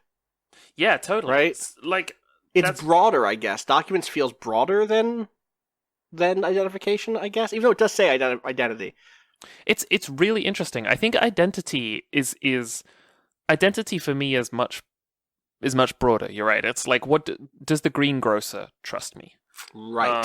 And documents is like, I can walk into a checkpoint and hold up papers that might work, Yeah. but I might fall apart under scrutiny or under interrogation. I guess the other thing here is it means that Agent Hurd does not have documents, only has a sort of like social identity, right? Like people will vouch for people Hurd. will be like, I know who Hurd is. Yes. But then if Hurd needs to walk through... I'm picturing like Cold War checkpoints a lot. If Hurd needs to drive through a checkpoint, it'll be like, I don't know. I hope it's someone who knows who I am. You know? Yeah. Okay. Mhm. Cool. I like that a lot. My contact is Gail Green, Interesting. Very important a person. 43-year-old filmmaker and radio producer whose work often pushes the boundaries of social mores. Spent time in Bluff City, where she was known as Dorothy DeLanza and Goldfinch. Yeah. So for the people who played in Masks, you may recall there was a picture, a painting of a little girl. That little girl was Gail Green, who went home. Where have we heard the Dorothy DeLanza pseudonym? So that was what her name was in Bluff City. She was that's Dorothy her, like, DeLanza. cover. Yeah, she was adopted by the DeLanza family. It's like her Clark Kent was Dorothy DeLanza. Right. But her real name is Gail Green. Her birth name was. I think they're both her real name. You know. Right. You know, She's 40. She's 43. Yep. And I feel. So I'm as a resident of Bluff City, I will have known her as Goldfinch. Right? Oh yeah. And I think if you've been introduced to her by Agent Baxter, what you know is she is an agitator, right? She is here to make Blue City more like Bluff City. Right. Yes, because her whole thing was like, my people need me back home, and the thing that they need her for is that Blue City is an awful place to live a lot Yes. of the time. Yes. And her decision to try to fix that seems to be making movies. Making art is what she's trying to do. And so I think I feel respectful towards her. I think that like a lot of people in Bluff City, probably how long ago did she leave? Good question. A while. Probably long enough. Yeah. Would my daughter have been a kid when the superhero left? Absolutely. Yeah. And so I think that for a long time, Florence raising a young daughter on her own and seeing a superhero disappear was like a double gut punch, right? It was like, we are less safe because she's gone. And also, what am I supposed to tell my kid who saw a superhero working? And I have to say, she's gone now. She left. She thought somewhere else was more important. Yeah. But then I think as Florence's daughter grew older, and as Florence began to move away from the Force, and as Florence learned more about what was happening in Bluff City, I think that Goldfinch's departure aligns with some way that Florence thinks about duty, as like, you have a duty to your city. Whatever that means. Yeah, right, of course. Like, Florence is a cop. Whether or not her belief in her duty to her city is misplaced or not, she still believes that she has a duty to her city. And I think that she respects that instinct, or what she perceives to be that instinct in Goldfinch. Yeah, I liked it a lot. All right, so go ahead and add her to your contact sheet. Also add Baxter's name to the sheet too. Oh yeah. Awesome. I think that's everything on the sheets. Am I missing anything on these sheets? I mean, the real sheets are these big, complex, weird documents that have a bunch of other shit. But I wrote down respectful instead of Goldfinch's name. You did. You truly did. Now I just wrote down Goldfish. You'd love it. Great. All right. So, are there questions before we continue here? Intro stuff. Austin, you can remove the question marks for my AKA. Okay. You are Robert Twig. Robert Twig. Robert Twig, yeah. Robert Twig. Oh, I deleted the wrong part. There we go. Robert Wig. Hey. Robert Wig. Hey, first name Robber. Uh-huh. Surname Twig. Yeah. 2 sets of double letters. Robert Twig, yeah. Sorry, is there something confusing about that? No, all's fine here. Is that a thing? Is there a thing I'm missing? No, well... No, it's just a dumb name, and I appreciate it a lot. It's Perfect. When you say the first name and then the last name, it sounds like Robert Wig. That's what the thing is. Right. That's all okay. it is. Gotcha. There's a character in the transmission called Waxen Wayne. Which is incredible. I came with that name recently. I was very happy with it. How do you spell that? Waxen is the first name. Waxon. Oh, okay. And then Wayne is like Bruce Wayne. Yeah, it's Bruce's. Yeah, and also he's like David Wayne. Goldfinch's. David, he is Goldfinch's nemesis. David Wayne is? David Wayne. Yeah, Damon All right, Wayne. I'm going to be back in a second. Marlon Wayne. All right, BRB. Okay, so we are back. Are we back? Mm-hmm. Let me tell you about plot maps, which is not a thing from Lacuna. Do y'all remember plot maps No. from Counterweight? So I wasn't there for that. Big- so yeah, no. big they were no. they were in the first episode. Start with a blank sheet of paper. When you generate your first plot nodes before the first session begins, you write them out in the center of the page and draw lines between them. As you generate additional nodes in play, you add them to the page and draw lines, linking the new node to an existing node. Is any of this coming back to the Counterweight players at all? Very vaguely, it feels like a very long time ago. It's because it was. It was because it was 3 years ago. We were all so much younger then. So there is this thing called the plot map, which is how you kind of map out what the fuck is going on in the world of the mystery. The plot map is out in front of everybody. Everyone gets to look at it, and it will be a collection of names from people, threats, factions, locations, objects, and events. And it begins with either a hand-picked selection set of nodes from this transmission, or with a randomly generated one. And I would like to try maybe randomly generating one to see what the dice throw together in the spirit of Blue City. Does that make sense? Mm-hmm. So There's nothing more Blue City than frightening and incoherent. exactly. So we are going to roll for some stuff. Who wants to roll to start out this mission seed? You will find at the bottom of the sheet, or of the dossier rather, that I gave you, a thing that says tables, and then there's a bunch of tables underneath. Those tables are jeez. the master table, which has our list of every possible object and threat and etc., connection, etc., and then individual character ones. The way that the structure of Tech Noir works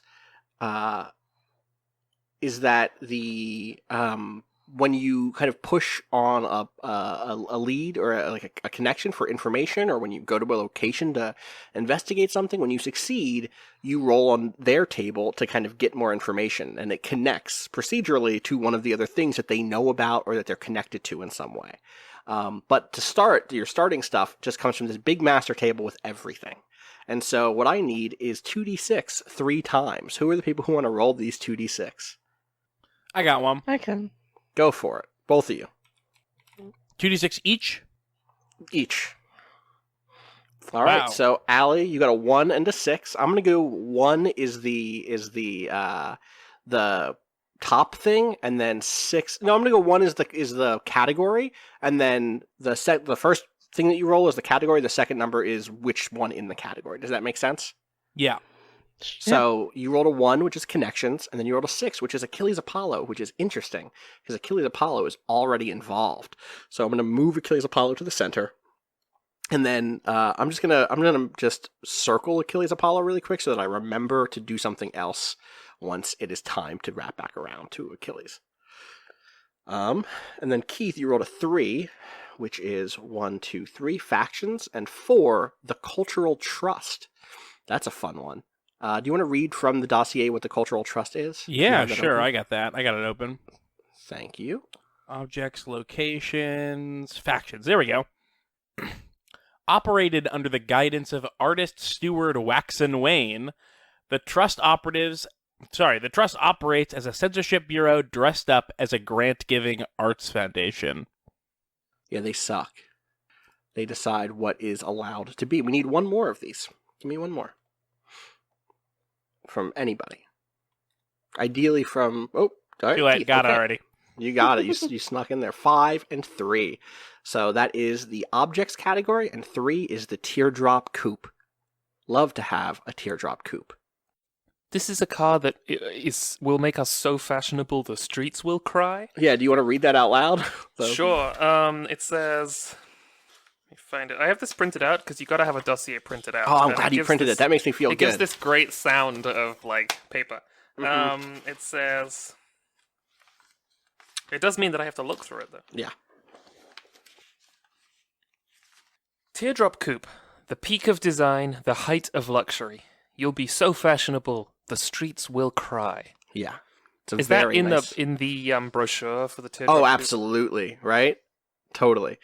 So Make the the way streets this works cry is... sounds like one of the patterns from the end of Winter in Iron. yeah, absolutely Make the was. streets cry. Yes. All right. All right, so mission seed is made up of the first 3 nodes that are added to the map. You do this while your players are generating protagonists. Instead, I just made you all do it.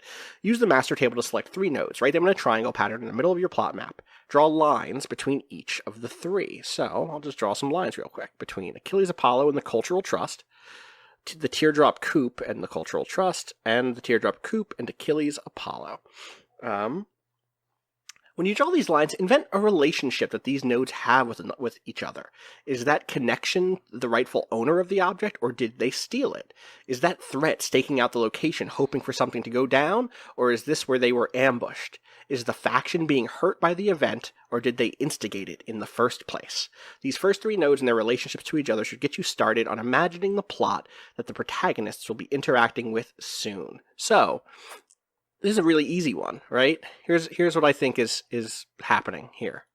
Either the Cultural Trust has like impounded the Teardrop Coupe that Achilles Apollo drives, and Achilles Apollo wants it back, or Achilles Apollo has stolen this Teardrop Coupe from the Cultural Trust.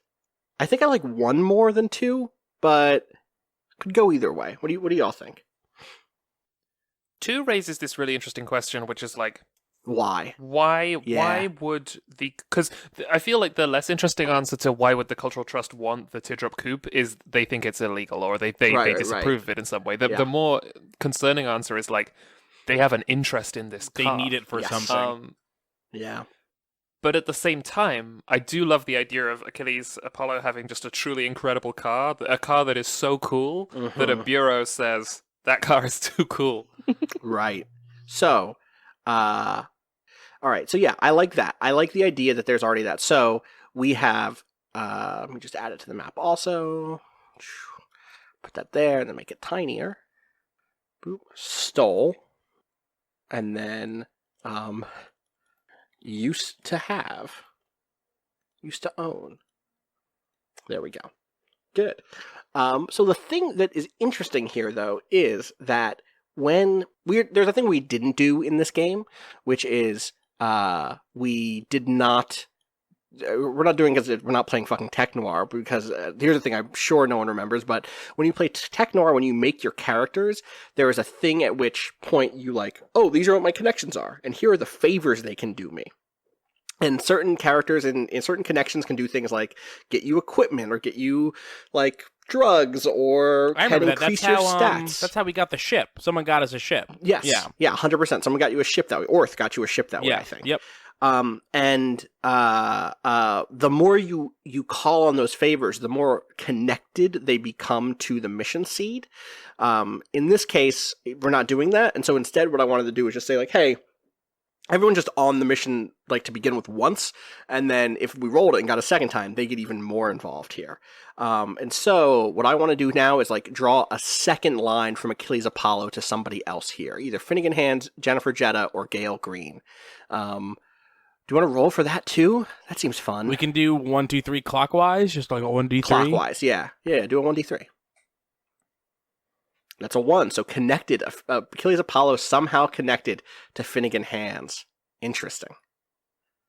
What do we think that connection is? Well, Hands needed someone to help him out. That's the simplest possible thing. I'm sure we could come up with something. What's the why? Why is it? How is this? It doesn't have to do anything to do with the Teardrop Coupe, right? They're just connected in some way, right? Well, I mean, but Finnegan Hands has the Santa job. Oh, I see what you're saying. Right. You're just saying that is Achilles like the most Apollo setup, yeah. Yeah. I like that. Like Achilles Apollo helped get Finnegan Hands up on his feet, basically. What city is Achilles Apollo from? Here. He was born here, raised here. Yeah, and then went to fight in Bluff City. Fight. Yeah, okay. the Whitaker family, who is like the big crime syndicate here. brought him to fight the veranda's big fighter, who was not such a successful fighter in that ridiculous outcome. How connected is Apollo? Like, Apollo's part of the Whittaker Syndicate, but how in it? Like, how connected? Enforcer level, right? Right? So not like not big loyalty not decision guy. making. Big loyalty, but not big. Like, what's the way to think about this? It's like someone who Achilles Apollo has probably killed somebody for the Whittakers in Blue City, 100%, right? Mhm. But is not like high up in the food chain in the sense that like he lives in a mansion, and like gets to decide things for the Whittakers. He is like a very good attack dog for them, but because this is a friends at the table joint, I wanted to make sure that the attack dog was the agent and the Whittakers were the kind of background characters. You know what I mean? Like he's a person who still has his own interests and his own selfhood, and there might be limits to that loyalty, right? And like I think this idea of Achilles, saw Finnegan Hands at that fight and like knows that he was caught up in all that shit. I was like, you should not be in Blue City. I don't know how to get you back, but like, yeah, you can stay in this little apartment we have. I'll make sure you have enough money to get on your feet. Is a thing I can totally believe. He wasn't a bad person, in that sense. All right. So there's our starting thing. And so what I think is this is information you all know, right? This is information that green level agents have given you going into this. This is some extra intel. Helped to get onto his feet. Boom. Okay. Cool. So how do concern agents traditionally get into Blue City from Bluff City? We have this idea of shunt points. We know that we saw Hector get onto a jitney once. Is it jitney based? Is it mass transit based in some regard? Are there special? Like there's a bus? Yeah, is there a bus? Is it because again, like in the book, as Lacuna is written, the idea is like, all right, everyone lays down on medical slabs, and you put on all this gear, and then like you go to sleep, and when you wake up, you're somewhere in Blue City. But yeah, we can do that. Like there's nothing wrong with that thing, But I'm open to other suggestions, and I wanted to keep it kind of open here. Well, you said there's different shunt points, so does every agent have to use the same one? Can't like different people pick which one they like best? I bet not. No? I bet Control picks which shunt point you use. And I bet it's a little... one of the things that is clear and I like about this is like when you go in, you might not necessarily all be in the same place. I'm not going to separate you by like a lot, but I do like the idea of it being like, oh shit, like we're not all in immediate direct communication. Okay, so like this different shunt points aren't like tied to different places on. Not, I think Blue like City.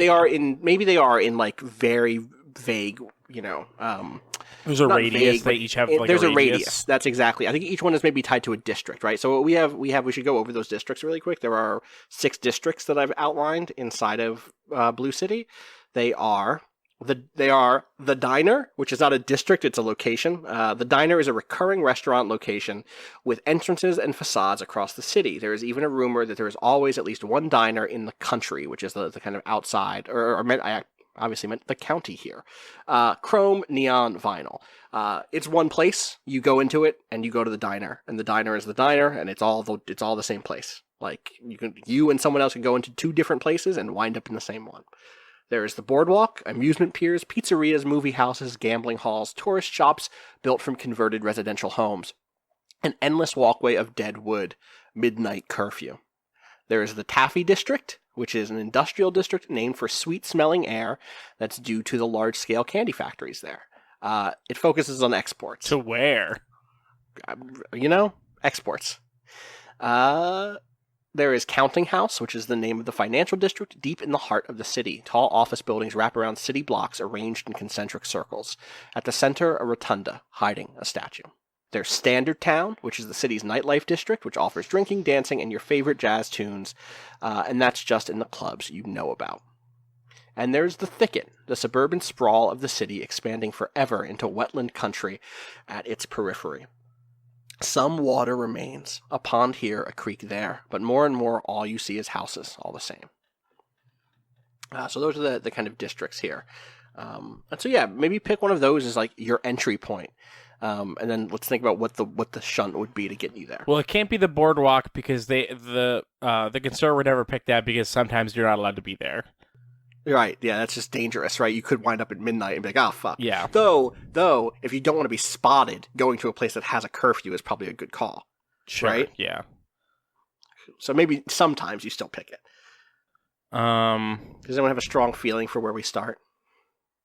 So I was just gonna ask, does our like way there have to be like a sort of quick and internal thing, or should it's super open for me. I think we're all deciding the stuff together, you know?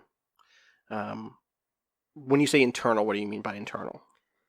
like within the city limits of Bluff City? Yes, to some degree, right? Like, you couldn't go to Trenton to get to Blue City. No, yeah, I know. I was thinking of like something way more vague. Do you have like an example? I was thinking of like if it was like a weird middle of nowhere bus transfer. Yeah, that's totally fine. I think that's great. Like I'm thinking of there's an episode of Star Trek Voyager where you see the Q continuum envisioned as a gas station in the middle of the desert, basically. With like a weird house attached to it, and it's like there's fucking nothing there except for a water tower and a bunch of people reading the newspaper. Right. Yeah, we've played with this with Stitches, right? In Twilight Mirage, as a similar liminal spaces type thing. Yeah, I'm happy for that. I would love there to be a weird jitney that you take out of town and then you switch to a different one, and somewhere along the way, you have left Bluff City behind, or at least that gets you to one of these places, right? That's one of the ways that you can do a shunt. Which place does that take you to? Is it the boardwalk? Is it to a specific diner in one of these other districts? Is it to the financial district?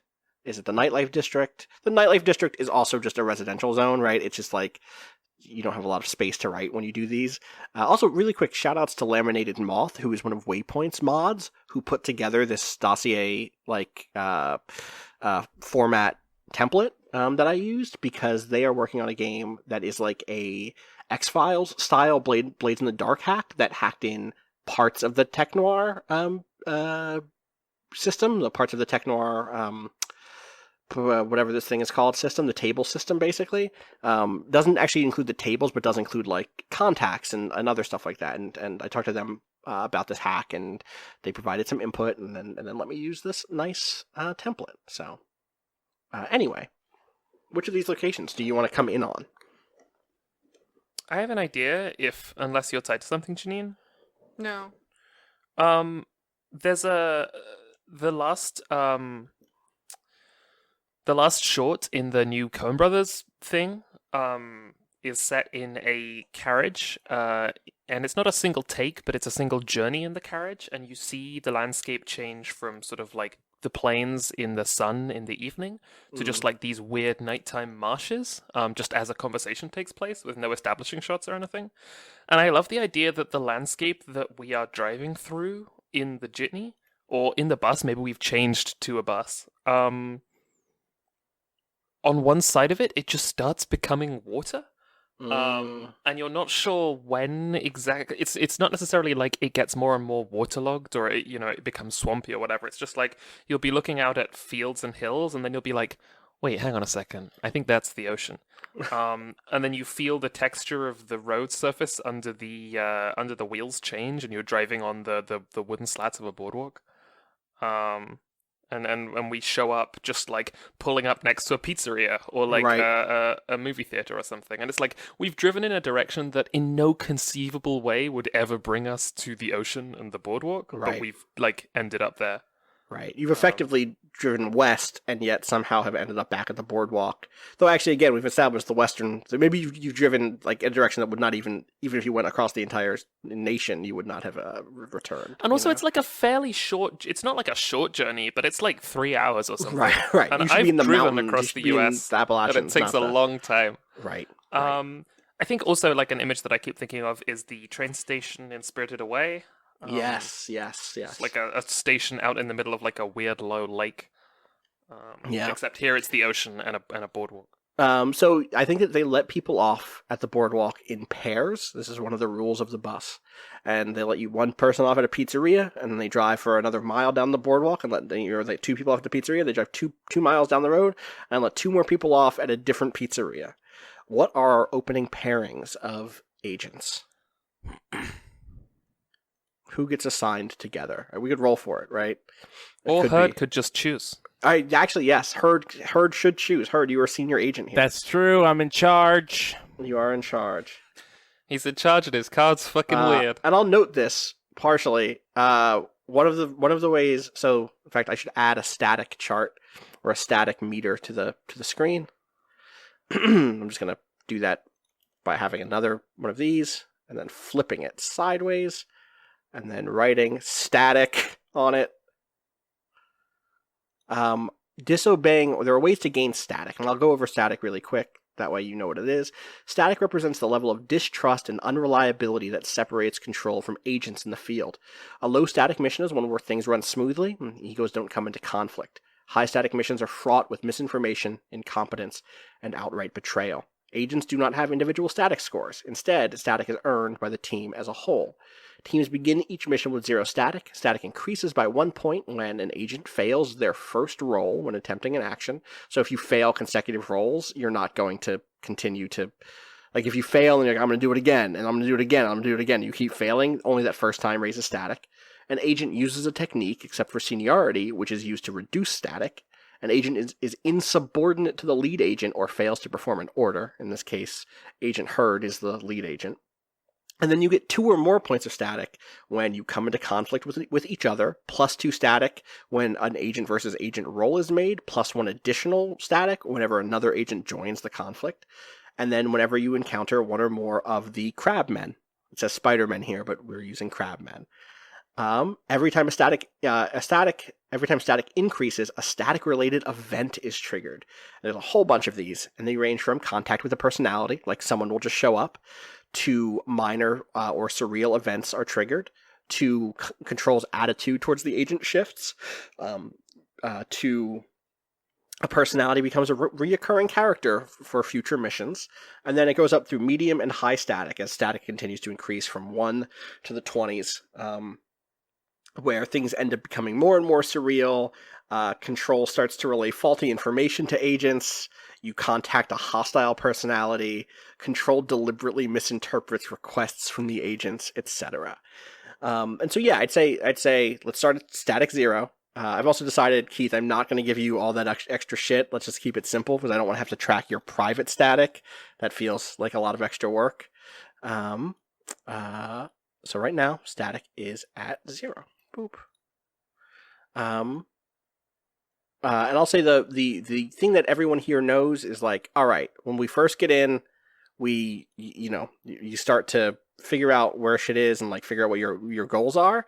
But one of the things that everyone does know how to do is the skill for access. The skill access is what can get you new stuff, and that is one of the reasons why, and one of the ways in which you will continue to be in contact with Control. I will be playing Control, who is like your handler, basically.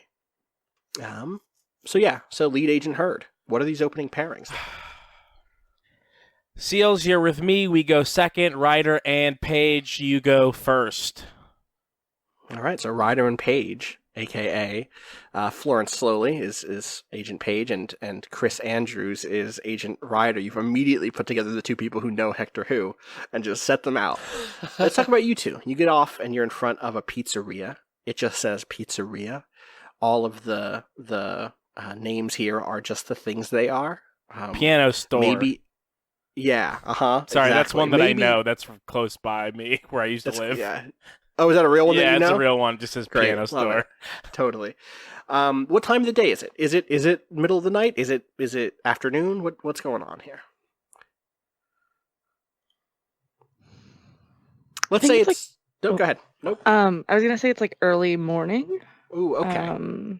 Seagulls are calling. Right. It's like that kind of time of day where like people aren't on the street yet. Yeah. unless they're like really going somewhere, you know. So like the Um, pizzeria is probably not even open yet. Okay, yeah, it's like 8 Yeah. a.m. or something. Yeah. So you two get Um, off of this bus on the boardwalk. It's like a big bus driving down the boardwalk because we have to start there. The sun is rising. This does feel West Coast in some senses. So there are palm trees here. You probably see some people running, doing a jog out on the like running path next to the beach. There are still all the stuff that we know from Bluff City in terms of there being amusement piers and gambling halls and stuff, but they're a little smaller, like they're gambling halls instead of casinos, and they are definitely much more quaint in terms of the overall feeling. Like things don't feel corporate in the same way on the boardwalk here. There are less chains, even though it'll just say pizzeria. It's clear that this pizzeria is probably owned by a different person than the other places that also just say pizzeria. And it's also like bigger. It just goes. It is a sprawl. It's like not only do you see an amusement pier, you see multiple amusement piers. And there's something kind of paradoxical here, which is that even though every pizza place has a different sign, it's like, oh, this one is clearly owned by a different person, the actual interiors of all these places, of all the pizzerias, like maybe there's like 2 or 3 different types of pizzeria building total, and they repeat. So like every retail store has basically the same layout, which is all these converted homes, and all of those homes are basically the same. It's this kind of weird repetition, because the people who control like that, the zoning committee, also control what types of buildings can be built, and there is a very limited supply of approved designs. So there's that. So early morning, nothing's quite open yet. No one's here to like spoil your disguises. What do you two get up to when you get off this bus? Have we been into Bluff City together before? You mean Blue City before? Oh, I'm sorry. Yes, Blue City. The two of you like paired off? Mm. I don't think so. But you know So each other. This is the first time we have sort of been working together since the events of Noirlandia? Yeah, I think maybe Chris, you saw when Florence joined up and were surprised by it, probably, because you remember the run-in with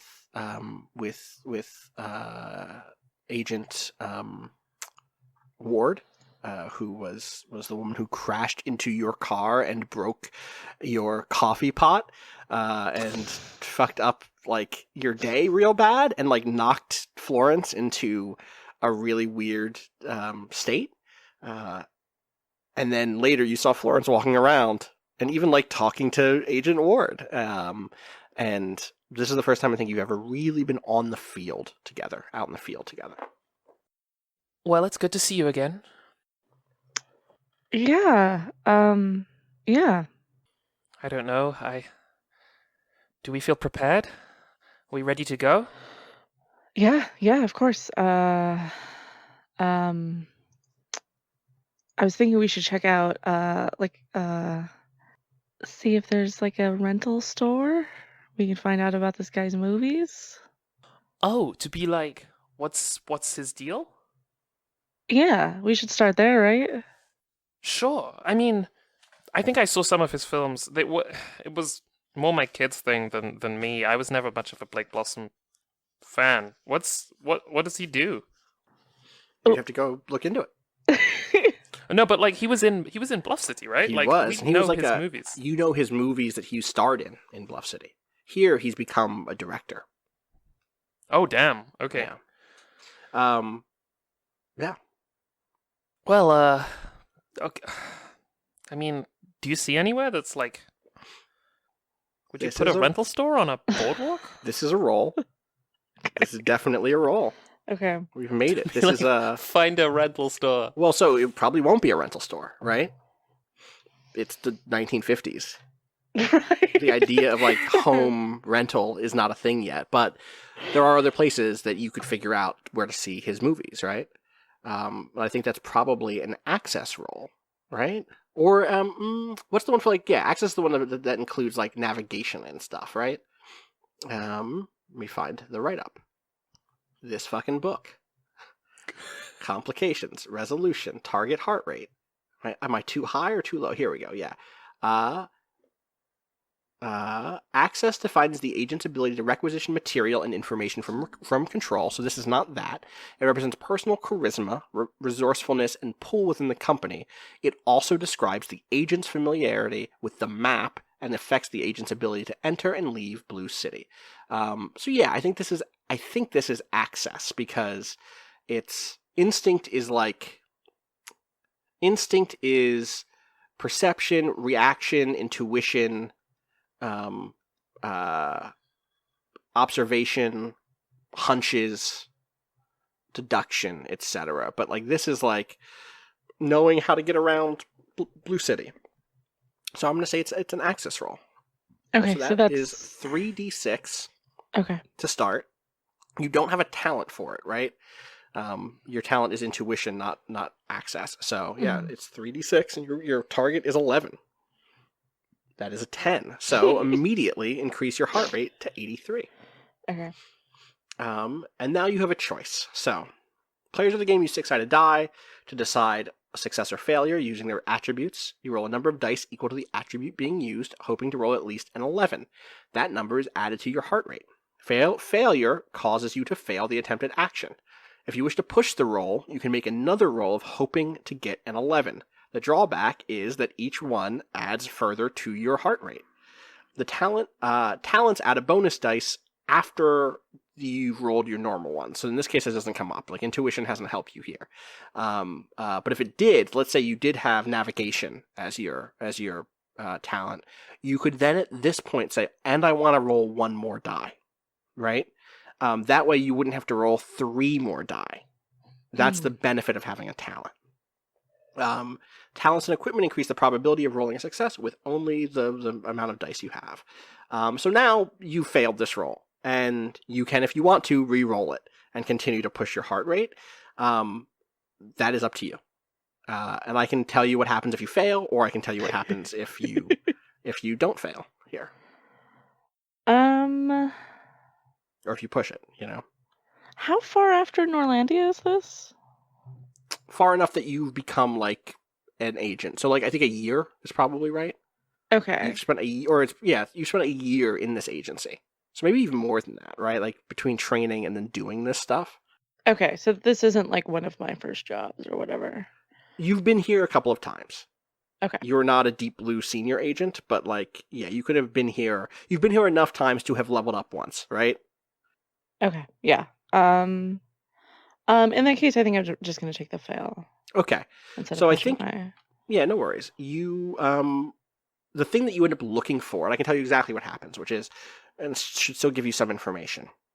You know that, like, unlike Bluff City, there aren't rental shops. There are 2 places you can look.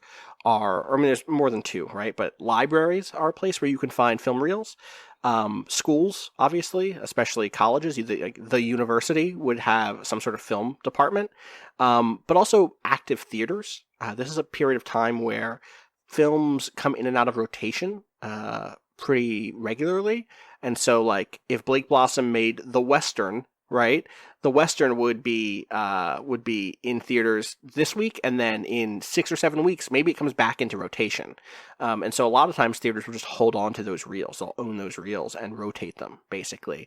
Or they become like the B picture, right? The A picture is whatever the new release is, but the B picture is an old release that people have. And so you go to... you kind of find a newspaper, or well, you can't read, right? So you go to a movie house, right? And you're looking basically for, you can basically recognize the names of anything in the dossier. So if you see the word Blake Blossom, you kind of have the whatever the version of writing is here. And I imagine it's an indecipherable cipher, basically, that still uses the same basic characters, and probably even has sound. If you could probably read it out loud and it could make sounds that sound like approaching English but are not English. You remember those names from like that gibberish. that gibberish baseball game? Do you know what I'm talking about? Oh, No. yeah, and also there's yeah. that song, right? That song is also a great touchstone. Wait, gibberish baseball? It's Yeah, from where it's like Bob's and Dugnuts. Yeah, Sleeve McDykel, Anson Sweeney, Daryl Archideld, Anatoly Smorin, Ray McScriff. Why do you know all these? You know, Janelle and Nixon, a Mariel popular tweet. McRollwing. What did you Google to get this? I'm gonna link it here in Bluff City. What's the name of the game? Keith. So this is a. Hang on, Keith. This is a Japanese fucking baseball game, and the Japanese designers made a truly incredible effort to make names that sound like American names. And I think just for the value of the recording, could you give us a read of these, Keith? Yeah, sure. Austin, did you read any of these already? I read up through Mario I'll read the second column. McRollwayne. All right, so I'll finish the first column. Raul Chamberlain, Kevin Nogilny, Tony Schmerick, and Bobson Dugnut.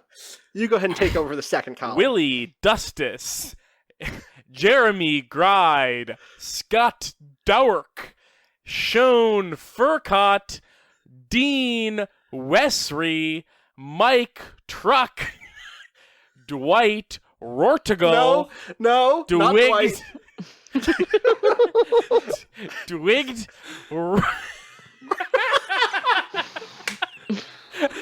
Uh-huh. Oh, I am genuinely lightheaded from this one. Dwigged. Uh-huh. No, I got it. Okay, this time I got it. Dwigged. Rort. I'm crying. So It's just like Portugal, but Dwigged. like a man's Portugal. Tim Sandale, Carl Dandleton, Mike Cernandez, and Todd Gonzalez. Those are your New York Yankees. Oh god. Dwigged People say we make Portugal. good names. I think this makes us look like fucking God, rank yes, amateurs. it's phenomenal. They're so much better. But this is it, right? Or it is Jack, the, what is the name of that song? I looked it up. It's called Prisen Kolonensinine Kioso. Uh-huh. And it's a song composed by Can you Adriano Celentano. Can you Can I spell spell it? that? Yeah. Prise is one word. PrisenColonenSinanciusol. If you type in Prisen, Prisen, it might autocomplete. Can I take... The song is intended to sound. Oh, Sorry, I just go on. want to take one last take on Dwigged. Yeah, please. Dwigged Rortugal. There you I just go. needed- Good. Yeah, you nailed it. Yeah. So it just sounds like people in Bluff City talking, except Yeah. we just can't. It's like Keith trying to write print in his dream. Yeah. Yeah, We just 100%. can't hear it. You recognize the, understand like, it. phonemes of American English, but it is not forming words. And it's not a thing that you can. I mean, it is a thing you could learn how to decipher and internalize. You would need to write it. Or I guess actually spoken hearing it words is we fine. have. Spoken is fine. Yeah, it's spoken just- is fine, but reading it is this style of thing. And you could learn how to read it. It's just not easy, because otherwise everyone will just have that skill. But you can recognize the picture of Blake Blossom. You know how to read Blake Blossom. And so the failure here is that you go to a nearby movie house, and you're able to to look through what they have, like, a printed schedule of everything that they've run. And not only does it have, not only do you not see Blake Blossom's name there, because there's like a thing that's very clearly director, because you do see Gail Green listed. You do see Gail Green listed, and so that gives you enough to be like, aha, this would be where it would say Blake Blossom. There's nothing there. And so it's like, okay, his films, whatever he's making, are not being publicly just distributed. They're not part of this, they're not part of the kind of popular cinema. You do know the dossier says that he's part of he's like an avant-garde filmmaker, which means his work is maybe not even available in that kind of ready to access way. Okay. So that we've now got you two outside of this movie house, and the movie house is it's starting to open up, and so you'll have to kind of make sure you're not being too seen. Let's jump over to Agent Seals and Agent Hurd. Y'all get off at a different pizzeria. What are your first steps? All right. Well, we should meet them halfway. They're probably on the way over here. Are they? Yeah, that's what I said earlier. Were you not listening? Okay. I just realized static went up. Go ahead. No, it's fine. Yeah. Well, they're probably on their way this way. We'll be on our way that way. I should note here when you failed that roll, Allie, static went up by 1. Mhm. And there was a moment where, as you're finishing, a police officer just kind of turns the corner and catches sight of you, and then crosses the street and then walks back the other way. And maybe he's on patrol, or maybe he saw you, and it's hard to say. How aware of Bluff City is the average Denzian of The Blue same City? way, to the same degree the average denizen of Bluff City is aware of Blue City, which is not at all, but they know it when they see a crab man, Right. Yes. right? And so don't lower your guard, so to speak. Right. Well, Don't get seen too close. are we all supposed to be crabs? You are all crab men, unless you What? are able to disguise yourselves. Yeah, which you can do without the disguise ability, to be clear. Right. Well, I have Do a whole. you remember alternate how- identity. Wait, hang on. Mm-hmm. I didn't know that part. So Oh, yeah, hang on. it's a thing that one of the reasons why I was asking okay, what time is it, etc. is you have plenty of time right now to get yourselves hidden, and also I wasn't just gonna spring it on you because you are secret agents Okay. who I would thought not. it was just because we were wearing anachronistic high heels or something. No. So, you know how is it- Mr. E. Mask revealed that his face was like a weird shield, like the weird crab shell, like the shield side of the crab shell. Yeah.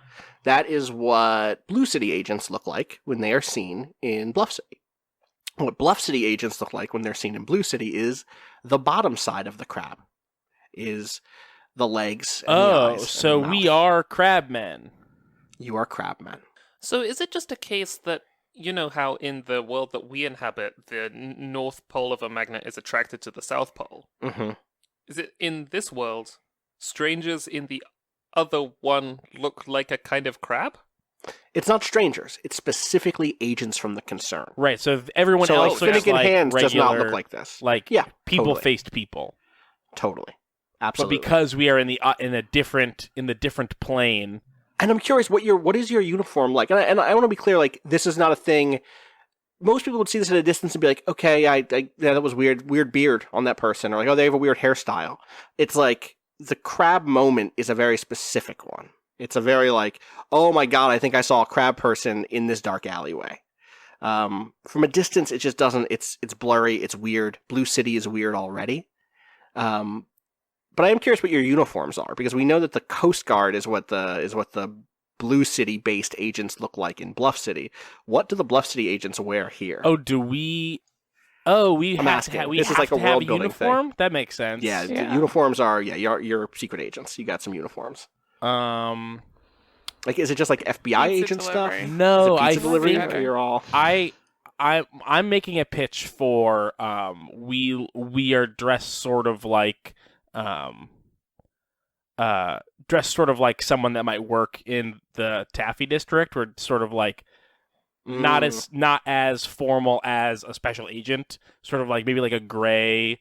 I mean, I would be maybe in a 3-piece gray suit with a wool blazer, not wool, but what's that? Isn't Taffy District I Industrial? thought that was It Counting Town. Counting House. Counting Counting House. House is the That's- financial.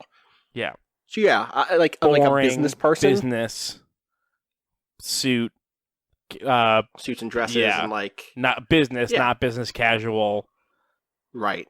Yeah, I'm good with that. As long as y'all are. As long as the rest of you are good with it. Yeah. I will not give you static if you disagree. This is not disagree. Yeah, with the no, lead- I'm the up lead for agent. whatever, but I'm thinking I'm trying to Business think crap. but 19 what do people in 1950s look like, and they look like they or wearing boring suits.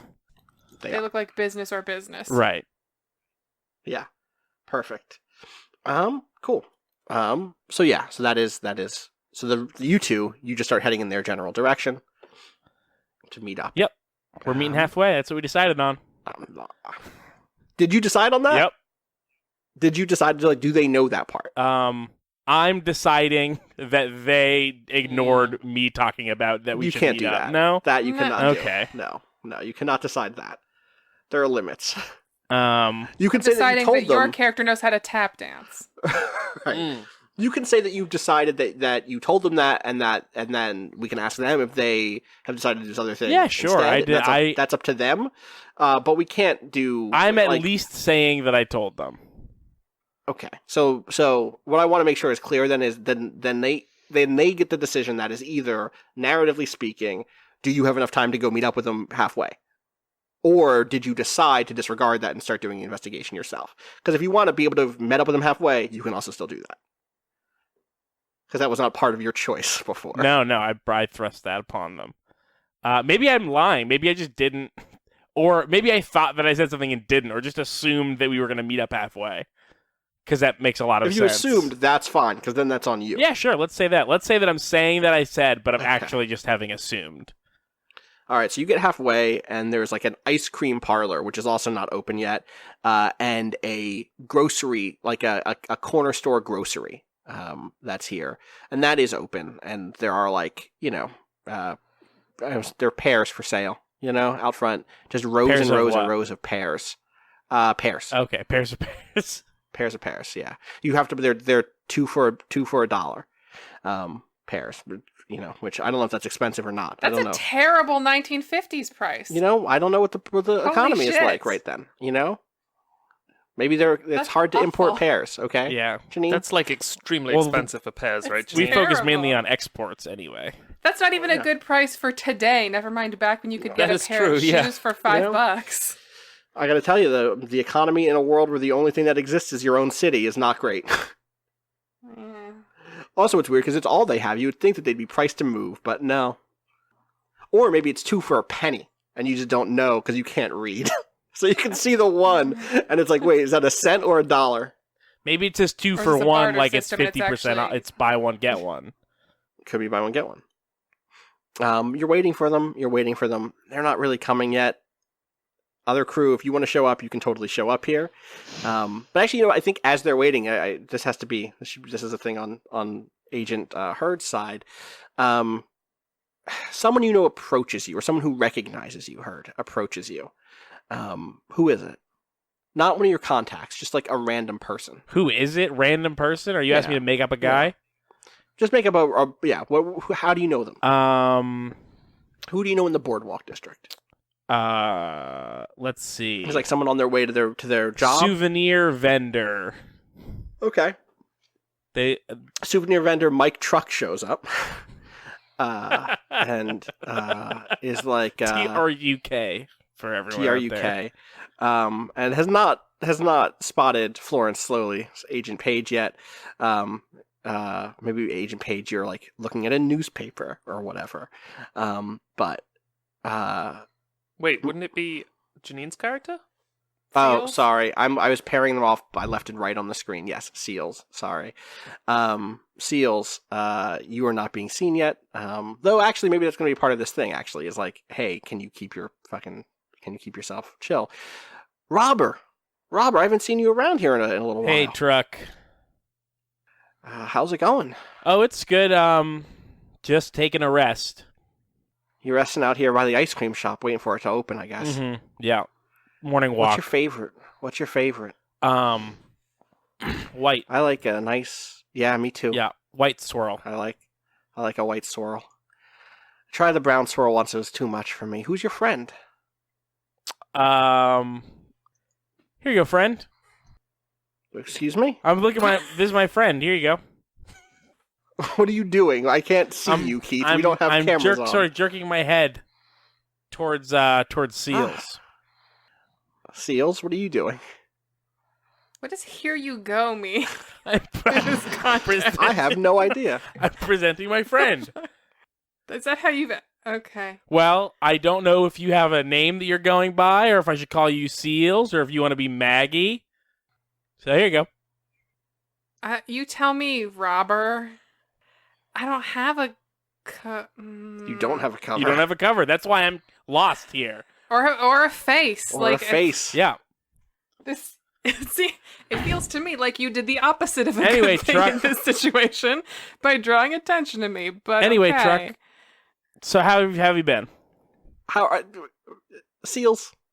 Are you like hiding your face? Are you turned away? Are you ignoring this person? I think I've got the paper up, and I just rudely go, kind of like, meh, Oh, like I'm busy. must be a little too warm for your friend. It's super warm for my Gotcha. friend. It's warm for a holiday season. Do you have any holiday plans? Yeah, I'm gonna contemplate the season. That's what I do every day. Yeah. Gotta think about the reason for the season. Yeah. He's a big guy. Yeah.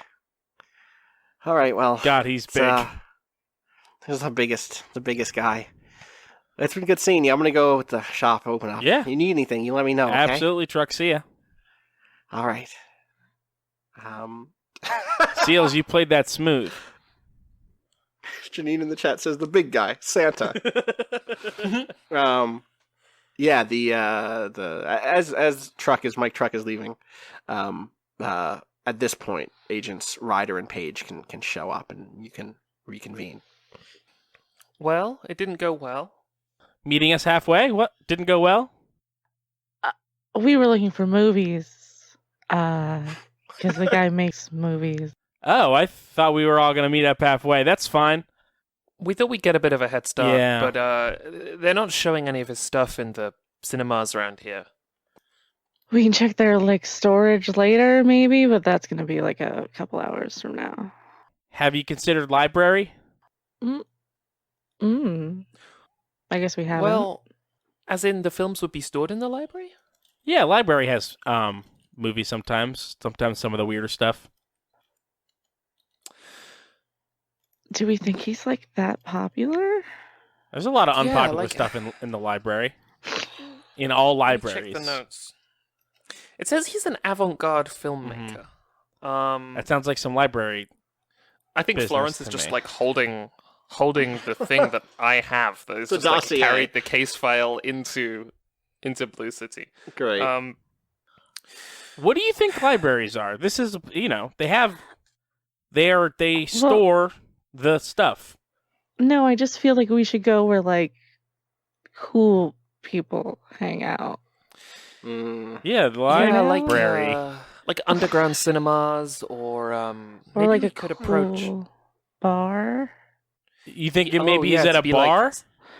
You think I maybe think that they're maybe- storing the avant-garde cinema at a bar?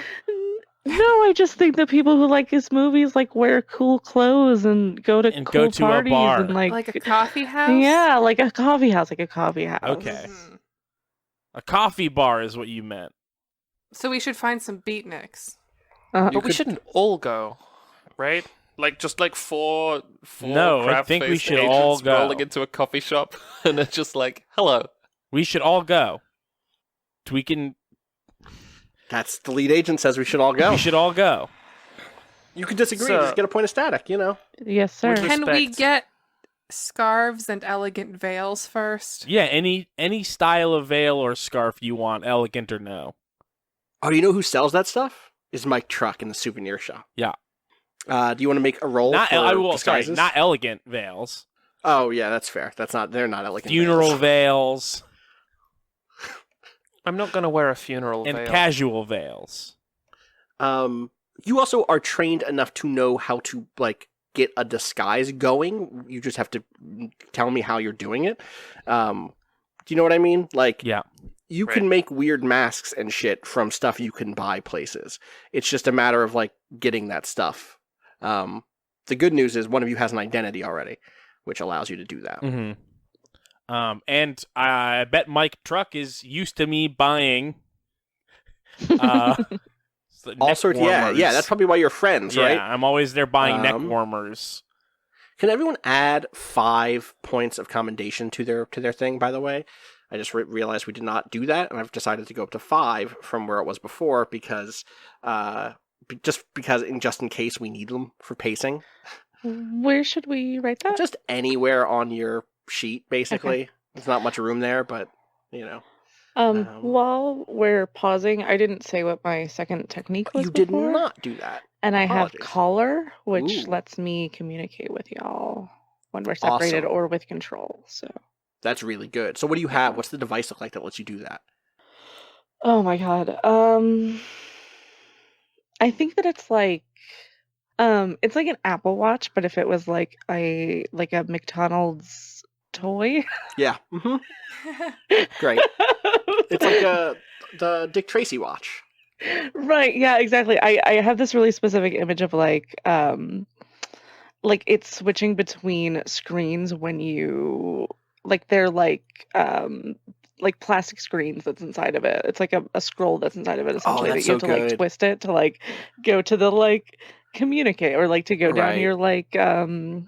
your contacts list or whatever. Or Perfect. to switch between modes. Yeah, I love that. Does that mean also, based on the way that the thing is written, the way it's written is caller, the agent can communicate with distant agents and with control without an access role. This does not require the agent spends a commendation point. That's good. Does that mean that people have to talk through you? Are you kind of like the de facto operator? Like, if Maggie was in one place and Robert was in another place, could they both talk to you but not to each other? Yeah, I mean, I think so. I'm the one with that. Yeah, skill, I like that idea. right? I like Yeah. that idea because it also kind of immediately puts you into a certain position of it gives you a role in a very clear way. Cool. Okay. I like that move a lot. And what was the points that we're writing down? What's that word? You have 5 commendation points, Commendation. which you can use. In fact, wait, I want to make sure you may have actually succeeded at that roll. Now that I think about it, 1 second. Commendation points, blah blah blah, techniques. They spend that. Agents may also. Okay, no. So, yeah, actually, wait. Agents may spend a commendation point to push through requests for information or equipment while in Blue City. Every commendation point spent in this manner may add +1 to any access logistics or access intelligence roll made by the agent. This bonus may be applied after the dice are rolled and is not added to the agent's heart rate. So, we're going to retcon something if you want to. You can spend one of those points. You were at 10, right? So, I'm cool with totally retconning that because we're still learning the system. And I'm playing as a fan of the characters. I have a list, by the way, of my goals and agenda and all of that, even though this book does not have one of those. I wrote a bunch. I'm a big fucking nerd. So if you want to spend one of those to have retroactively succeeded there, I can give you a little bit more. I mean, sure, why not? Okay, well, the other thing there is that means we erase the static. You're still at 0 static, which is good. It's good to be at 0 static. 1 second here. So, let's go. Ba-ba. And 0. 0. There we go. You are... maybe it's one of these things where, you are... we can kind of keep it working in a weird way, in that, let's say you took one of those schedules, basically, and you at first you just didn't see anything, right? And now you're back together and you've been staring at it, and you can almost make sense of this thing, which I kind of again kind of leads into Chris as communications expert here. And it's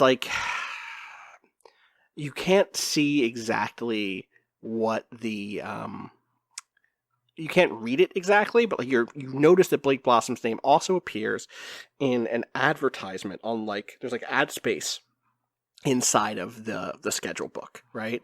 And there's an advertisement for the Citywide Film Festival.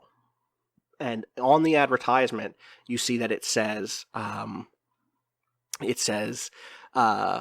Blake Blossom, Gail Green, and then there's other names that you don't recognize, but you can presume that these are all avant-garde or emerging film directors. And it says underneath you can't read it, but what it says is the new school of director, or the new school of cinema. And so that is you see there is a thing called the Citywide Film Festival, which you know about. You know that is, it's in the dossier. I'm going to add it here. Festival. There we go. And that is that Blake Blossom was going to have a film there. So that is one place you could go for more information. Okay. In fact, you crack that in this moment where people are like, I don't know where to go. What are we doing? Jumping back forward, Robert, do you want to make an access roll to get people some fucking disguises? Yeah. Let's do it. All right. So that is definitely access. So that's 3d6. 3d6. And then you don't have an access talent, right? You have a Force. You have a force talent. Strategy. 11. And that's an 11. Look at you. So what's this do? You 10 minutes later, you show up to souvenir shop. Yeah. And Mike Truck is there, and he's like, oh, hey. Hey, Truck. Robert. Yeah. Nice to see you, Twig. Yeah. How's it going? It's good. We, me and my friends. You get that white swirl? Yeah, we each got a white swirl, and now we're cold, so I'm going to need, some... I'm going to need, 2 neck warmers, and do you have your casual veils in? Got the casuals, just got them 2 in. casual veils, please. Thank you. Yeah, a maroon of and a course. dark green. All right, you don't want the puce? The puce. I guess I'll take puce instead of maroon. Yeah, I got the puce. Yeah. All right, here you go. That'll be the usual. Here you go. Here's the usual. 772. Yep. Here's my money usual. units. Thank you. Thank you. Have a good one. And you get a bag full of stuff that can don't fail rolls because there's a chance that stuff can fuck up. But for now, at least. Okay, so who Makes wants you- puce veil and who wants green veil and who wants a neck warmer? Neck warmer, please. Here you go. And as you put it on, you do look like a person again. This is a supernatural effect, right? This is they say the clothes make the man. Yeah. This is very literal here, where you add enough stuff to you, and bit by bit, you start to look like a person for them. Mm-hmm. And right now, it's a green neck warmer. Yeah. Oh no, the neck warmers are black, both black. Sorry. The I thought there was veil a is green neck puce. warmer. No, 2 black neck Puce, warmers, veil. a puce veil casual, and a dark green veil casual. Gotcha. So who's taking the veils? I'd like the dark green Okay, veil. here's the puce. No, Yeah, I sorry, said dark I'm green. handing it to Paige. Here's the puce, Paige. Okay. Thank you. Perfect. And you're also taking a neck warmer? Yes, I'm taking my Even though use my okay, usual. Gotcha. Good. I'm imagining these veils as the mesh fish netty ones you Yeah. would have attached to a hat or Yeah, a yeah, hairpin or something. You could probably pin them Oh. very noir. Yeah, absolutely. Oh, yeah, absolutely. That's great. Perfect. I'm more into it now. Thanks, Janine. The prospect of a puce veil, I was... I wanted to be clear about that too, also because I know that veil can also be used as a word for headscarves and stuff, Right, and totally. I think that would be confusing. Yeah. That makes sense. Yeah. No, This is a film noir, fancy fancy. lady. Yeah. Yeah. This is a wide. Shade the it is eyes a wide. kind of thing. I mean, it's a sort of thing where if you had never been to Blue City and I handed you this thing and said, "Here's your disguise," you would be mad at me. You'd be like, thanks for this bag that oranges come in, I guess. Perfect. Yeah. All right. So yeah, what is next? You have 2 potential leads, right? One of you suggested maybe going where the nightclubs are, which would be the Standard Town, and then the other place would be the Citywide Film Festival. You could start looking into. You also know where the Citywide Film Festival is supposed to be because there's a photo of where the Citywide Film Festival is supposed to be, and it's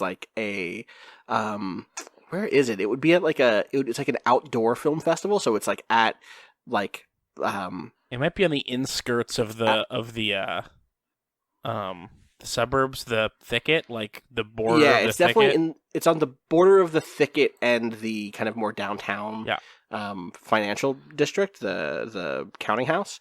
And it's a nice park. It's I'm trying to think of what are other ways to say park? Common. Square? Courtyard. I love that all of you had a different answer. courtyard. It's at the courtyard, which is this like very nice park that's been taken over by it. Presumably, it's not happening first thing in the morning or in the morning at all, but that is the location of it. Do you break up or do you go in as a group to places? If we split up, we can kill two birds with one stone. In terms of learning more about what Blake's deal is, perhaps from some people in a bar, to be like, hey, that filmmaker, Blake Blossom, what's his deal? While also going for his like professional stuff, maybe more by going to the festival. Yeah, I'm up for that. And then if you can just contact me if things happen. Well, what's the pairing? I'd like to go to the nightclub situation. Oh, would anybody else like to go somewhere? I'll go to the nightclub with Seal. Okay, yeah. A cop and an IRS agent showing up at a nightclub. In beautiful veils, like, it's fine. In beautiful veils and like gray formal dress, like not formal, but like business dresses, I'm guessing. Like gray wool knit. Yeah, love it. Yeah. Like peplum waist. Yes. Oh, peplum Perfect. waist. That's also on the baseball my favorite name. baseball. I have to love it. Google Okay. peplum waist because I don't know what that is. Neither do I. I'm not You'd looking know it if you saw it. Oh yeah, you know. Oh exactly yeah, what of it course, is. yeah. Yeah. Peplum waist. Yeah. Oh yeah, of course. Okay. Yeah, I got you. Yeah. Totally. Big 2014 Yeah. fashion thing. Cool. So wait, one more time. I need those pairings one more time. Apologies. Sorry, it is Paige and Seals, and then Right. me and Ryder. Going to. Okay, who wants to go first? I mean, we do a little bit of this setup, and then we'll call it for the night. I think when they split up, like Chris like waves to Florence. They walk down the street. I'd be like, bye, basically. Yeah. Aw. Yeah. And I think Florence like taps an invisible watch on her wrist to be like, contact me, while knowing full well that Florence doesn't have a receiver watch or whatever. It's just It does say you can contact each other because of caller, right? You can contact her somehow. Mhm. So I wonder what it is. But it might. Oh, we'll find that out when we get there. I don't know. That We will. motion to me doesn't seem like call me. It seems like we're in a hurry. Right, but when you Motion- have a We know watch, that she has a watch Okay, that she talks yeah. with, so it's like, I think Yeah. it's just we like, are. Sorry, finish. I was just going to say that we are also. This is an era where phone operators were a real thing, so Right. we could just abstract that in a way. Oh, maybe you just use phones. That's what I mean. Is like yeah. we call into the phone, but instead of an actual operator who's sitting Yeah. at a switchboard with a bunch of cables, it's Chris. It's Chris, and you need to get to a payphone, and you put in like you hit you star 37 or whatever, and it dials 0100 CHRIS. Yeah, there it is. All right, so which group wants to go first? Standard Town or Citywide Film Festival? You want to go to a bar, Janine? Sure. I was gonna say I kind of feel like the groundwork has already been laid for the film festival in a more Oh, that's direct true. way, so And it that might one like make more inform sense. our questions in some, Yeah. even though it won't literally, but like. Oh yeah, you guys are going to a nightclub, so you probably have some time to Well, kill. it's the it's the true. morning, Yeah. which I would That's argue. also true. I would argue early in the morning is closer to when people are still in a nightclub from the night before than to when a film festival starts. Sure. Mm. Either way, what you're going to get is like, I think what you're going to get in both cases is people who work at those places, people prepping the film festival, and the people who are getting off their late night hours and who are maybe even like getting what is their equivalent of dinner from having like just closed up from the clubs. Do you know what I mean? Like they finished their shift at the club and now they're grabbing a bite before heading home. In either case. But let's go to the film festival. Let's go to the courtyard. I imagine the courtyard is like it has a lot of like light brown. What's the material I'm thinking of? Dirt. Dirt. It has lots of light brown dirt. It's like what Canvas? like no like for in architecture Tarpaulins. like Spanish architecture, like that style of like Spanish colonial architecture. Do you know what I'm talking about? It's not stucco. It's Oh, fuck, Adobe- it's on the Adobe? tip of my fucking tongue. Adobe's Is that like right? orangey. It could be that. Adobe's a I can't just thing. search for Adobe because that's a company. Adobe is Spanish for mud brick. Adobe could be right.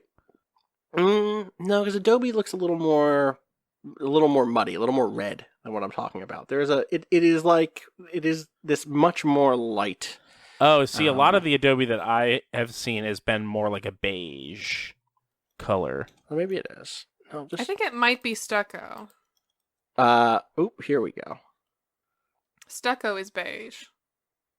And like This is saying textured. Cantera. Yeah, stucco. Yes. Prodigious use of stucco. Yeah. You know what I'm talking about, basically, right? In terms of this style. If you go to the Spanish Colonial Revival Architecture page on Wikipedia, you will see what I'm talking about. I've linked it. It's like a textured wall surface. Yeah. Textured exterior wall. Yes, and so it's like a bunch of columns of that with some palm trees. There is like a big, beautiful fountain in the middle of this big park. It's like a sizable park. It's a sizable park in the sense that it would take you like 15 to 20 minutes to run the perimeter of it. It's not like Central Park big. Do you know what I mean? But it's like a major city park. In fact, it's called Major City Park. No, it's called the Courtyard. And in fact, I think maybe there is like literally a church in the middle of it that has been converted from being a church into being kind of a civil center. And it says civil center up front. And you can see that there are people setting up a big screen off in the distance in one kind of corner of the park. And you can see that there's people running cables and setting up, like plugging into the city power grid. And there are lots of people moving, big carts around, and there's lots of police here, they're like at the entry points to closer into the park, or closer into where they're setting up the kind of viewing area. And you can tell that they're kind of like, they're not there's a combination of them looking like they don't want to be here, / like they are not interested in protecting this place, but also believing they're going to need to protect this place. Do you know what I mean? There's kind of an attitude of like, this is going to fucking suck. Mm-hmm. What do you two get up to here? What exactly are you hoping to learn by watching this movie? Wait, what? You want to watch one of the movies, right? That's what you said. You wanted to watch the movie. Like, he was dead with like one of his movies missing, and like, if we know about his work or the people who were fans of it or any of that stuff, we can get to the end of this, right? That's what we do. I'm willing to watch the movie. Yeah. Yeah. Let's go. Let's go. Yeah. So what do you do? You're here. Again, they're kind of police at the outskirts, who aren't letting just like random people in. But I'm not random people. I'm Robert Twig. so you go up to this cop and you're like, "I'm Robert Robert Twig." Sir. Yeah. You look familiar, but can I see a pass? Yeah. For the festival. Yep. You don't have a pass for the festival? I don't have the move that says I have like legal documents, but I do have a secret. I have like a known identity. We talked about this at the launch. Okay, of this that's game. fine. At the top Can of I this roll game, for something? You could at this point you're rolling to like talk your way in. You could also have, instead of going to talk to this dude, try to procure some documents or whatever first. Well, let's see if I can talk my way in first. I left my ID in my other work pants. And Yeah, your friend here? We're here for the festival where I carry her ID because she loses it all the time, and I lose it a little bit less. You know me, Is I'm that Robert true, Twig. ma'am? We've, seen you around. Robert, yeah, I've seen you around, Robert, but I didn't know you were in the film business. But Miss, who are you? Film viewing business. Well, you can view the films later tonight once the festival begins. I like to, I like to really get in there. Ma'am, who are you? Christine. Hi. Nice to meet you. Christine. Great name. Unique. What, I'm gonna need documentation here. Oh, by all means. We are we're meeting someone inside. Who are you meeting inside? Is there a roll here that I can make? There's an irony here, which is your dossier certainly has the names of people who maybe would be here. Okay. And one of them is Gail Green, who Agent Page knows. Okay, fair. But y'all don't have that connect in that way. But you could still name drop her, right? Mhm. Yeah. Okay. Um, Where I'm sorry for the what is the word that I'm Identification thinking of? mix-up. The inconvenience. We're here. We're investors with Gail Green, and just a very pressing morning meeting is about to happen. I see. I think this is instinct. Sure. I guess I'm trying to decide here. Yeah, instinct, interrogation, persuasion, and subterfuge. Absolutely. Okay. So that's So, roll what are you- 3d6. But you 4 in instinct, Oh. don't you? Dang. Yeah. 46. Yeah. That's a 16. 16. Boom. So add 16 to your current heart rate, bringing you up to 99, which is in your Okay. target heart rate. Ooh, by the way, I did not change my heart rate earlier. Oh, you should do Yeah. that. Definitely do that. Have to be on So that one. I'm in target now, so You I are could now in just- target, which you can roll as many dice as you want until you're out of target. I love Target. Got to go shopping at Target. So yeah, he's like, "Oh, Gail Green. Okay. Ms. Green just stepped out for her morning tea, but of course, come in. She said to let anybody who, she has some meeting. Come on in. We'll Thank show you you. her Thank you. office." And he leads you over to he leads you like into the church, and into a converted rectory that's become like a guest office for whoever is renting out this part of the park. And so you can see that there's like it's still like a church in there. Like they might even do church services sometimes. To Santa, there's a big Santa up front, the big guy. And then Oh, there's, what a big but there's guy. like, he's so big. He's just so big. He's as big as my love for him, which is big. And growing. He's growing. Every day. And yeah, so there's a little back room, converted rectory that has like it clearly has like some scripts laid out. It has, an inbox that's filled with letters, a typewriter, there's like a photo on the desk, and I think there's anything else. But you're there, you're inside, you've made it inside. Is the And cop you're still waiting with for us? her to show up. No, the cop leaves Okay, you. Cool. I want to look for. I think I am specifically zeroing in on either looking for like a list of events, hmm and specifically looking through drafts of those to see if there's been changes Okay, pre and post. that's an interesting. Yeah. Okay. Yeah. Totally. Give me another intuition here. Okay. How many dice do you want to roll? Or instinct rather, but yeah, So I want 11, you want 11. and I don't want to. I want it You to be don't 11, not more than 11. Yeah. Uh-huh. I think I'm still just gonna go. I'm gonna go with 4. ooh, You don't want to drop it to 4. 3.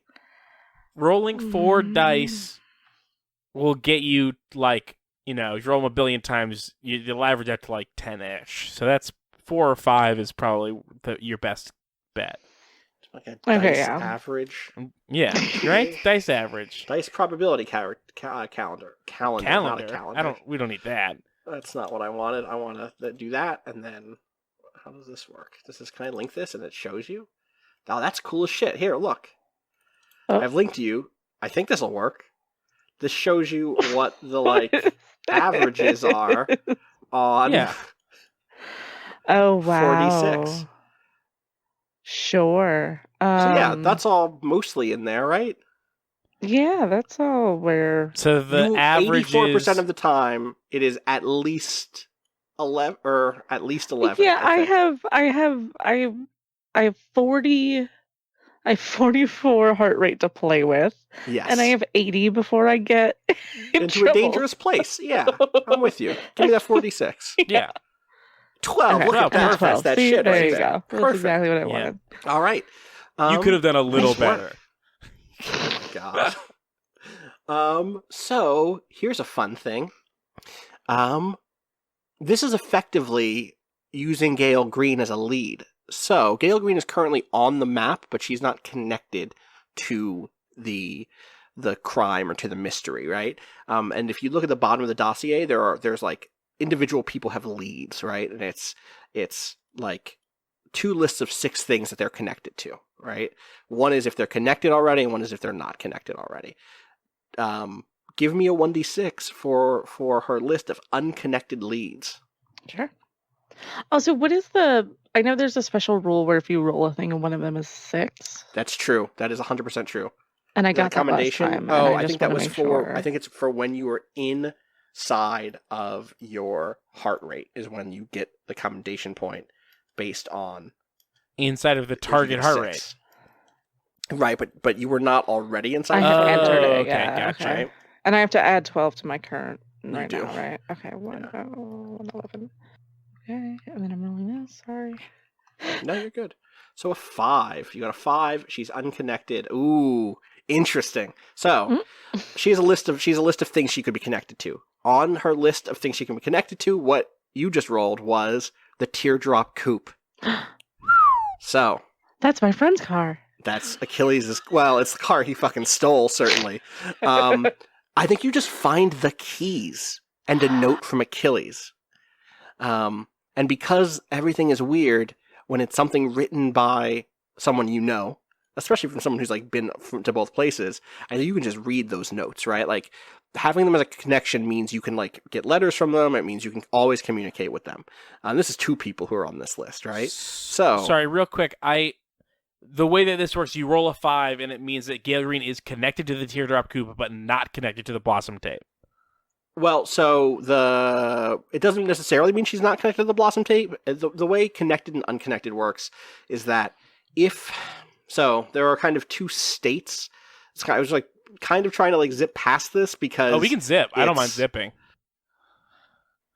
It's cool to know. It's just also one of those things that's like, it's cool to know. We're playing an actual play game. I want to explain this. During runtime, a protagonist can lean on her connections for information. You may be attempting to find some information or opportunity you can take advantage of, or get further details of a plot you've started to learn about. When this happens, have the player roll a die and consult that connections table in the transmission or in the dossier. Add the resulting node to your plot map and draw a line from it to another node already associated on your map. As usual, invent a reason why this new node is associated with the existing node. Once you've done this, take on the persona of the connection. That's me. I would be like, I'm Gale Green, and I'm telling you this, but we've already kind of sidestepped Gale by doing this the way you're doing it. Blah, blah, blah. If you ask for more information, you can get more information. If a protagonist asks for information, blah, blah, blah, I'm trying to find the specific bit. If in the event that rolling on a connection table results in a node that already exists on your map, you don't need to add it again. Instead, draw a line from that node, in this case the teardrop coupe, to the connection being leaned on. Now the protagonist has hit upon part of the plot that the connection has direct involvement with. When you take on the persona of the connection, you may be much less willing to divulge the truth. Connections can lie and mislead, blah, blah, blah. So there was a world in which you push on Gale. Okay, there's a world in which, let's say you came here and Gale wasn't already on the map. Let's say you'd gone to interact with who's another character? Mr. Lee L.B., right? Who is not one of your connections. Let's say you just stumbled in to Mr. Lee L.B.'s office, for instance, and you rolled. Well, then, you would just get whatever was there, and he wouldn't even show up on the map. But with Gale, she was already on the map because she's one of your connections. And now, because you've rolled something that's also already on the map, it doesn't just get added, she's connected to it. Got it. In this case, you find the keys to the teardrop coupe, and we find a letter from Achilles Apollo that says, Southern Car Park, floor 7. So that's what you have.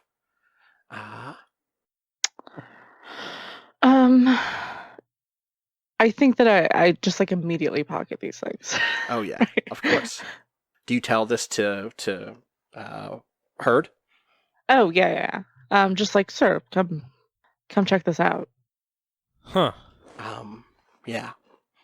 And I want to give you the other thing you were specifically looking for, which is there was a schedule that had a film from Blake Blossom scheduled to play, called The Tunnel, and then it gets crossed out. And it gets crossed out on the updated schedule that was updated on like the day that his death was announced in the papers. And then there's a third schedule. It's like literally, because this is film noir, it's literally in her typewriter is what she was just working on, and she's re-added it to the schedule. Oh, so it was in and then out, and then now it's back in? And now today, she has re-added it.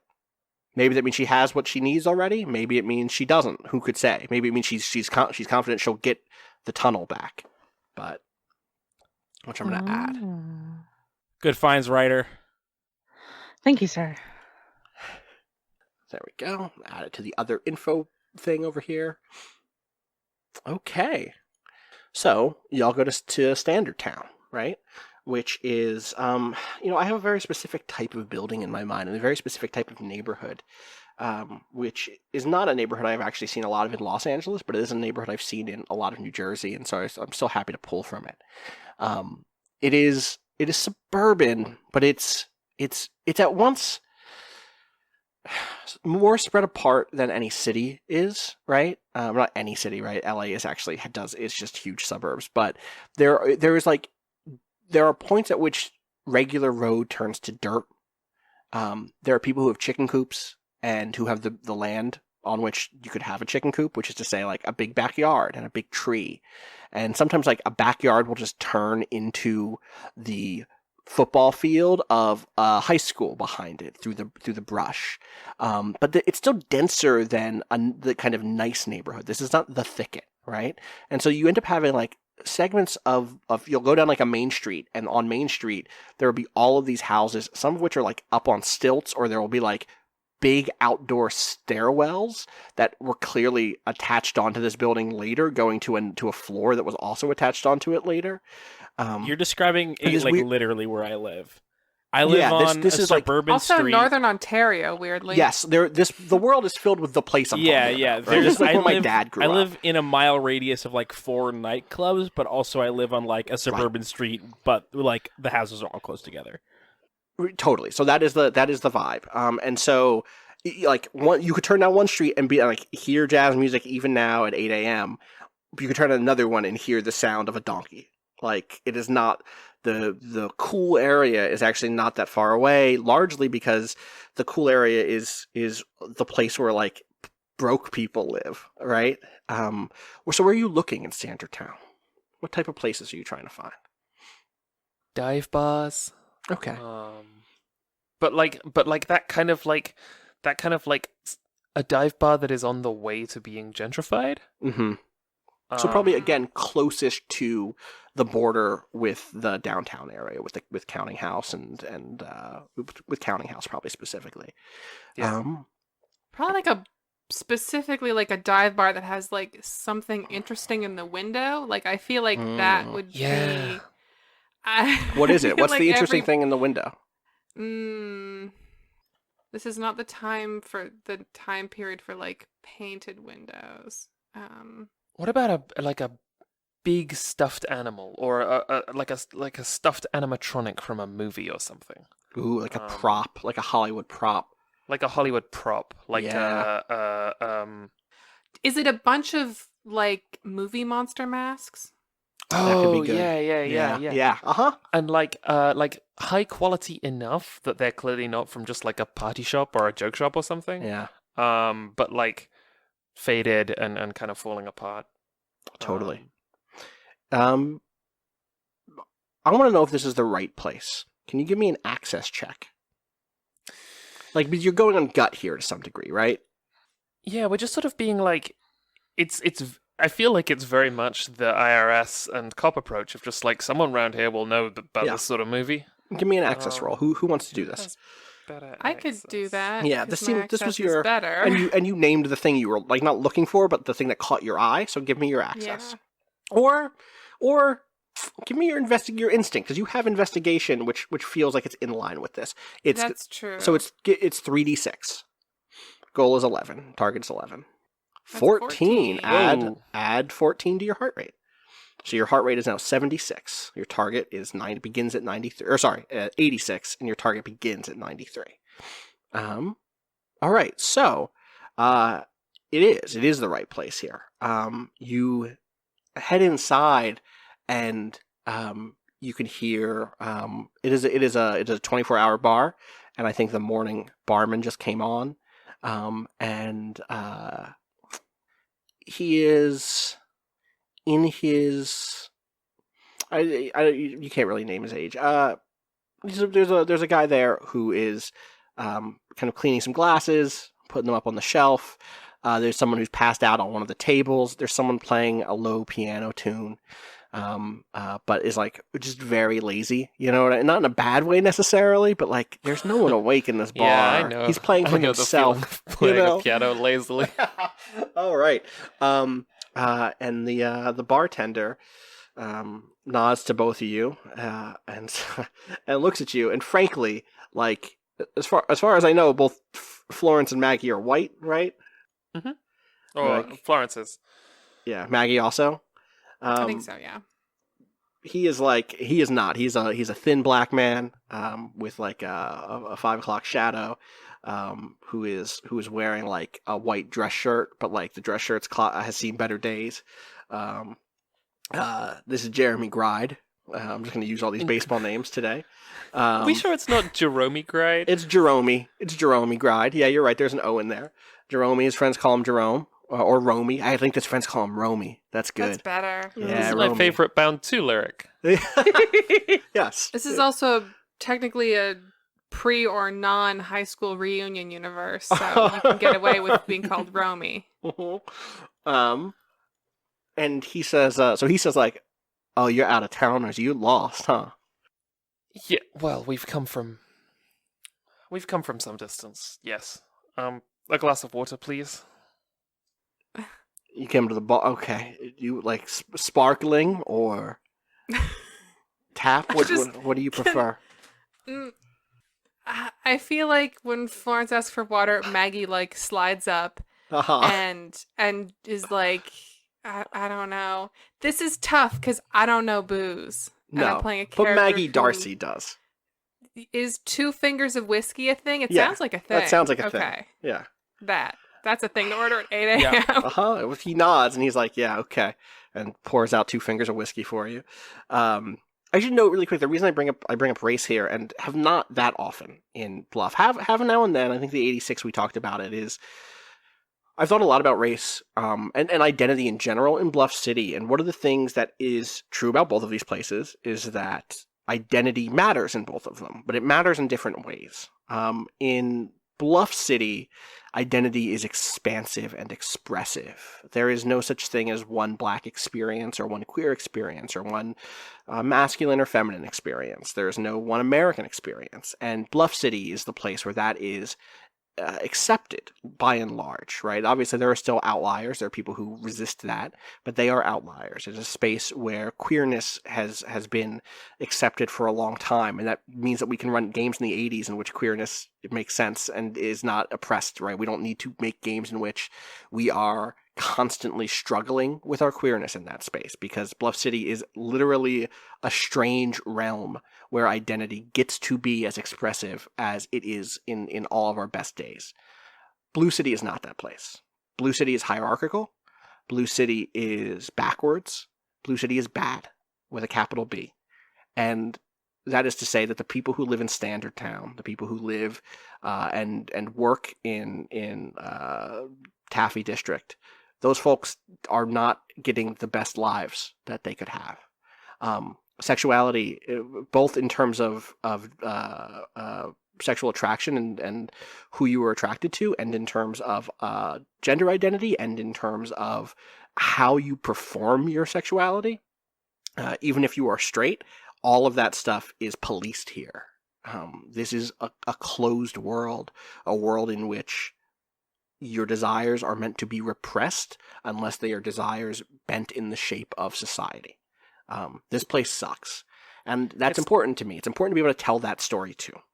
It's stuff like this, right, that makes Finnegan Hans's result in the end table feel legitimate, right? Yes. In that, like, this is a really bad place that Finnegan has ended up, especially as a resident Finnegan of Bluff City. Came from a great place, right? Yeah, exactly. Bluff City has its problems. Bluff City does have its corruption. Bluff City, and he was drowned and left for dead in a submarine. Yes, totally. And I at once want to be clear that, like, there is something aspirational about Bluff City in that way, and there is something magical about it. We'll continue getting into this, but for all of your characters, I mean, I think this is the thing, and I'll give you this because we're at the end of the session. This is the thing that neither Maggie nor Florence knows this yet as blue level clearance agents, but Robert Twig does. Bluff City is not the real place, and Blue City is some weird collective consciousness place. They're both strange magical realms. And as far as Robert knows, that's all there is, for sure. But we as the audience know there's probably something else going on here, right? For Florence, for Maggie, for Chris, Blue City is so clearly this otherworldly, other realm, like bad place that feels like being in it, especially when it's at its worst, feels like a perversion of the real. Not just a bad place, but something kind of sickening to be in. And so, in a weird way, though, this bar is not like that. So for both of you, stepping into this place maybe it's frustrating to you to have been, like, identified as an outsider in some way, but also, like, you have not seen many black people around at the boardwalk having a nice day, right? And so this is immediately real in a different way. In any case, Romy pours you your 2 fingers of whiskey, and he says, "Getting off to an early start. I respect that." Yeah, you know. Janine in the chat I'm says, honest with "Pitch myself. the blade in the dark, but it's nunchucks." Yeah, that's it. That's basically it. What's the chain connecting the Nope. 2 things? I don't know. Crabs. It's crabs. Crab chain. So he's talking to you, Maggie. He asked, "You getting up to an early start?" Basically. Yeah, no, I said I like to be honest with myself. Oh, I thought you were saying you like to be honest with the blade in the dark, but nunchucks. I was like, okay, you want to be honest with yourself. No, that's not honesty. No. He says, like, nothing wrong with honesty. You still go with water, ma'am? Yeah, I don't drink. I've got a headache that I can't shift. I think Florence just says that. I think that's something that Florence has noticed. You know, when you arrive somewhere very early, I'm thinking, Austin, specifically of your experience getting on and off buses, long-distance buses, and you have that dull headache at the back of your skull, and it's either too early in the morning or too late at night. And I think that for Florence, at least, this is a sort of jet lag that she feels when she's in Bluff City. Just this like weird, empty, tired headache. Yeah. Oh my god. It's the Lemon Pharaoh problem, but with 2 sides of a weird magical city. Yes. Weird. Yeah, I think Florence just says, I've got a terrible headache. All right, I got a mix for that. And he, takes out like a soda water gun, you know what I'm talking about?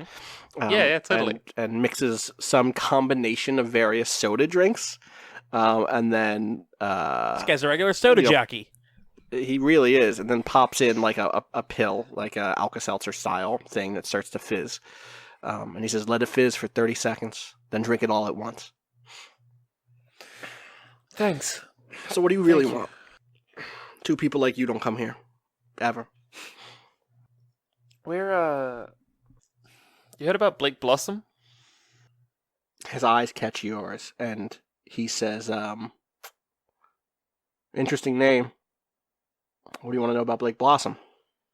He's very defensive here. You look like cops. He doesn't say that, but it is clear he is looking at you like you're cops. Yeah. And he's not wrong, really. No. No. We're tax cops and cop cops. Oh, yeah, you two are even extra cops. You're extra cops. Yeah, we're we got the cop bonus. That's not real. Don't anybody think that's real. There's no bonus for that. You lose points. Yeah, exactly. It goes in the other direction. I have a story here if you need a hand. No, go for it. I don't want to outwardly lie to this man in the same way that that I'm fine with outwardly lying. to Robert this was man. just like, I'm the king of movies. 'Tis me, the movie king. Hey, just watching him. You don't know Robert Twig. No, go ahead. I think that Annie, please. The bar She just like cat. rubbed her face on the door and like did it in a way that her mouth hung open, and then she just like made sounds for a bit, and it's very weird. Baby. So I think Maggie, takes a ladylike sip of her little tiny whiskey, and like smiles, and says something like, "Yep, you got us. We're actually so we're buyers for a private collector, and we're it's a collector who has some interest in Blossom's work, and we're just trying to track down some more esoteric, the other one, not the triangle one. Isotopic. We're trying to track down some more esoteric leads in terms of things to add to the collection, pieces of interest, bits of trivia, anything really. Florence is Go ahead. Florence is just like visibly uncomfortable at this like artifice. Mm-hmm. Just like looking at her glass of whatever the guy made and just like stirring it with her finger and deliberately trying to like not be in this conversation. Mm-hmm. Give me an instinct roll again. This you will not have access to your talent for, but so it's just 3d6. It was 3d6 Or wait. before too. Yeah, it was 3d6 before too. I was looking at Maggie's investigation talent before. Or no, you are Maggie. I'm getting so confused because of the so placement. Do I on roll stuff. two? No, what it's do I 3. roll then? It's 3. The What investigation should I roll talent before then? 3, also 3. The investigation talent is a thing you can call on if you've failed doing an Oh, investigation to just roll 1d6 more instead of having to roll all 3 more. Do we want to... That's I got another another 14. somehow. Hell yeah. Nice. God damn. Wow. Go ahead and increase your heart rate again up to a nice 100. Nice even 100, putting you into your were target. you in... Okay, you're not in target before? Okay. No, I wasn't Do Now we you're want in to do change Agent Seals, a.k.a. Maggie Darcy, to Janine, a.k.a. Agent Seals, a.k.a. Maggie Darcy? No, I got Okay. it. I got it. It's weirdly about the placement on the board that's throwing me off. Okay. It's fine.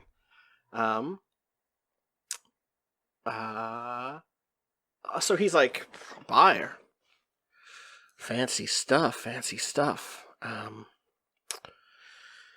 Yeah, I know Blake. Blake used to come through here every now and then. I haven't seen him lately. Heard about what happened in the news. A bad one to lose. He was trying to do something different.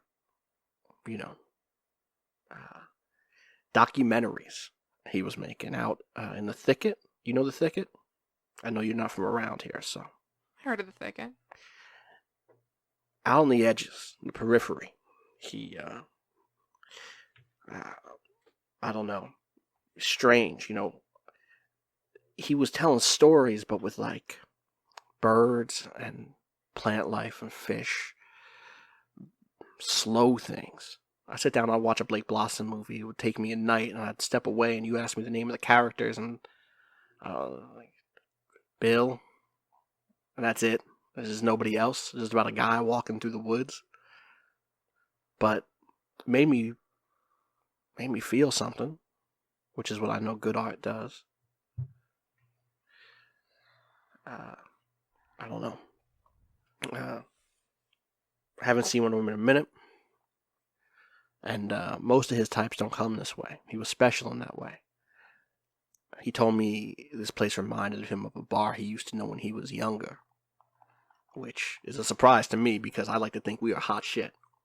I'm adding the thicket to the board. This is basically what you'll get from this guy. In terms of like specific leads, but if you have other questions or other conversational things here. And I'm not detecting any like deception or anything. It seems like he's not lying to you.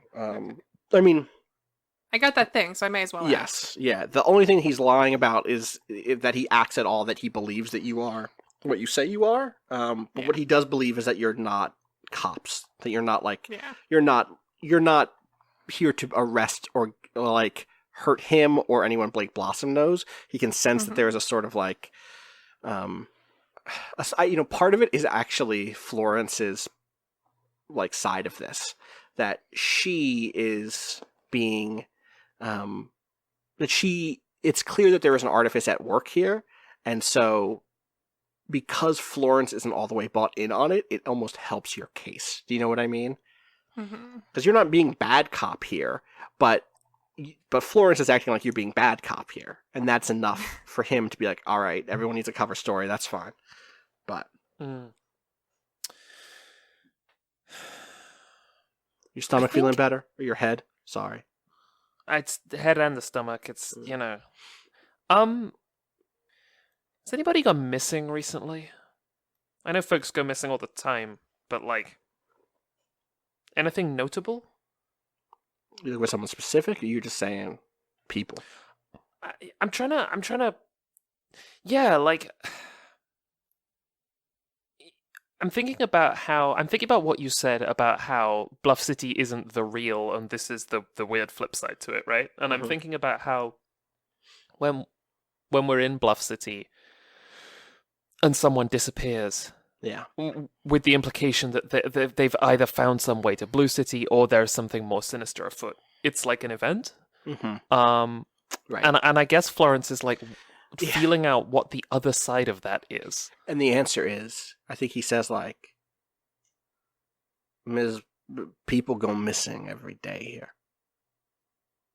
He puts another glass on the shelf. You can't expect me to keep count. It's a big city. Sometimes you go missing and you ain't ever leave. Okay. And Florence just like finishes her drink, and like there's seltzer at the bottom. There's that awful seltzer powder, and she like makes her face and puts it down and like takes out a wallet with that kind of practiced competency of someone dealing with currency that isn't their own. And you leave like a couple of bucks or whatever. You're like, I know this currency, and in that performance, you clearly don't. Right.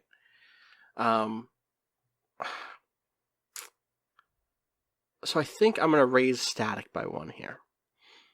You're asking around about things that are not tied to your mission. And I think as you like finish off that drink, the phone in the bar rings. And he's like, 1 second. And Romy goes over and grabs this like old black, what do you call it phone? Why am I blanking on the rotary? Rotary phone. I was going to say with the spiral. And he goes, bar. And he nods. And he says, Florence. Is one of you Florence? Yeah, Florence's head just like snaps up. He says, they say it's for you. And like receiver. Florence takes it but doesn't put it to her ear and just sort of like glances at Maggie. Maggie, this is the first time you've heard Florence respond to the name Florence. Because you're secret agents? Oh, yeah. Yeah, I guess so. We don't know who each other No. are either. No. The only people here who've known each other from the past are Florence and Chris. Yeah. And Maggie's also definitely done the she's handled undercover operatives before. Yes. So she, at the very least, so she's probably just like, oh, for fuck's sake. Right. Like downs the rest of her whiskey. Like, okay. Like Florence slowly raises the phone to her ear. And what you hear is your voice saying back to you. Hector. Hector, this is Florence. Hector, are you okay? Hector, we're coming for you. Hector, can you hear me? This is Florence.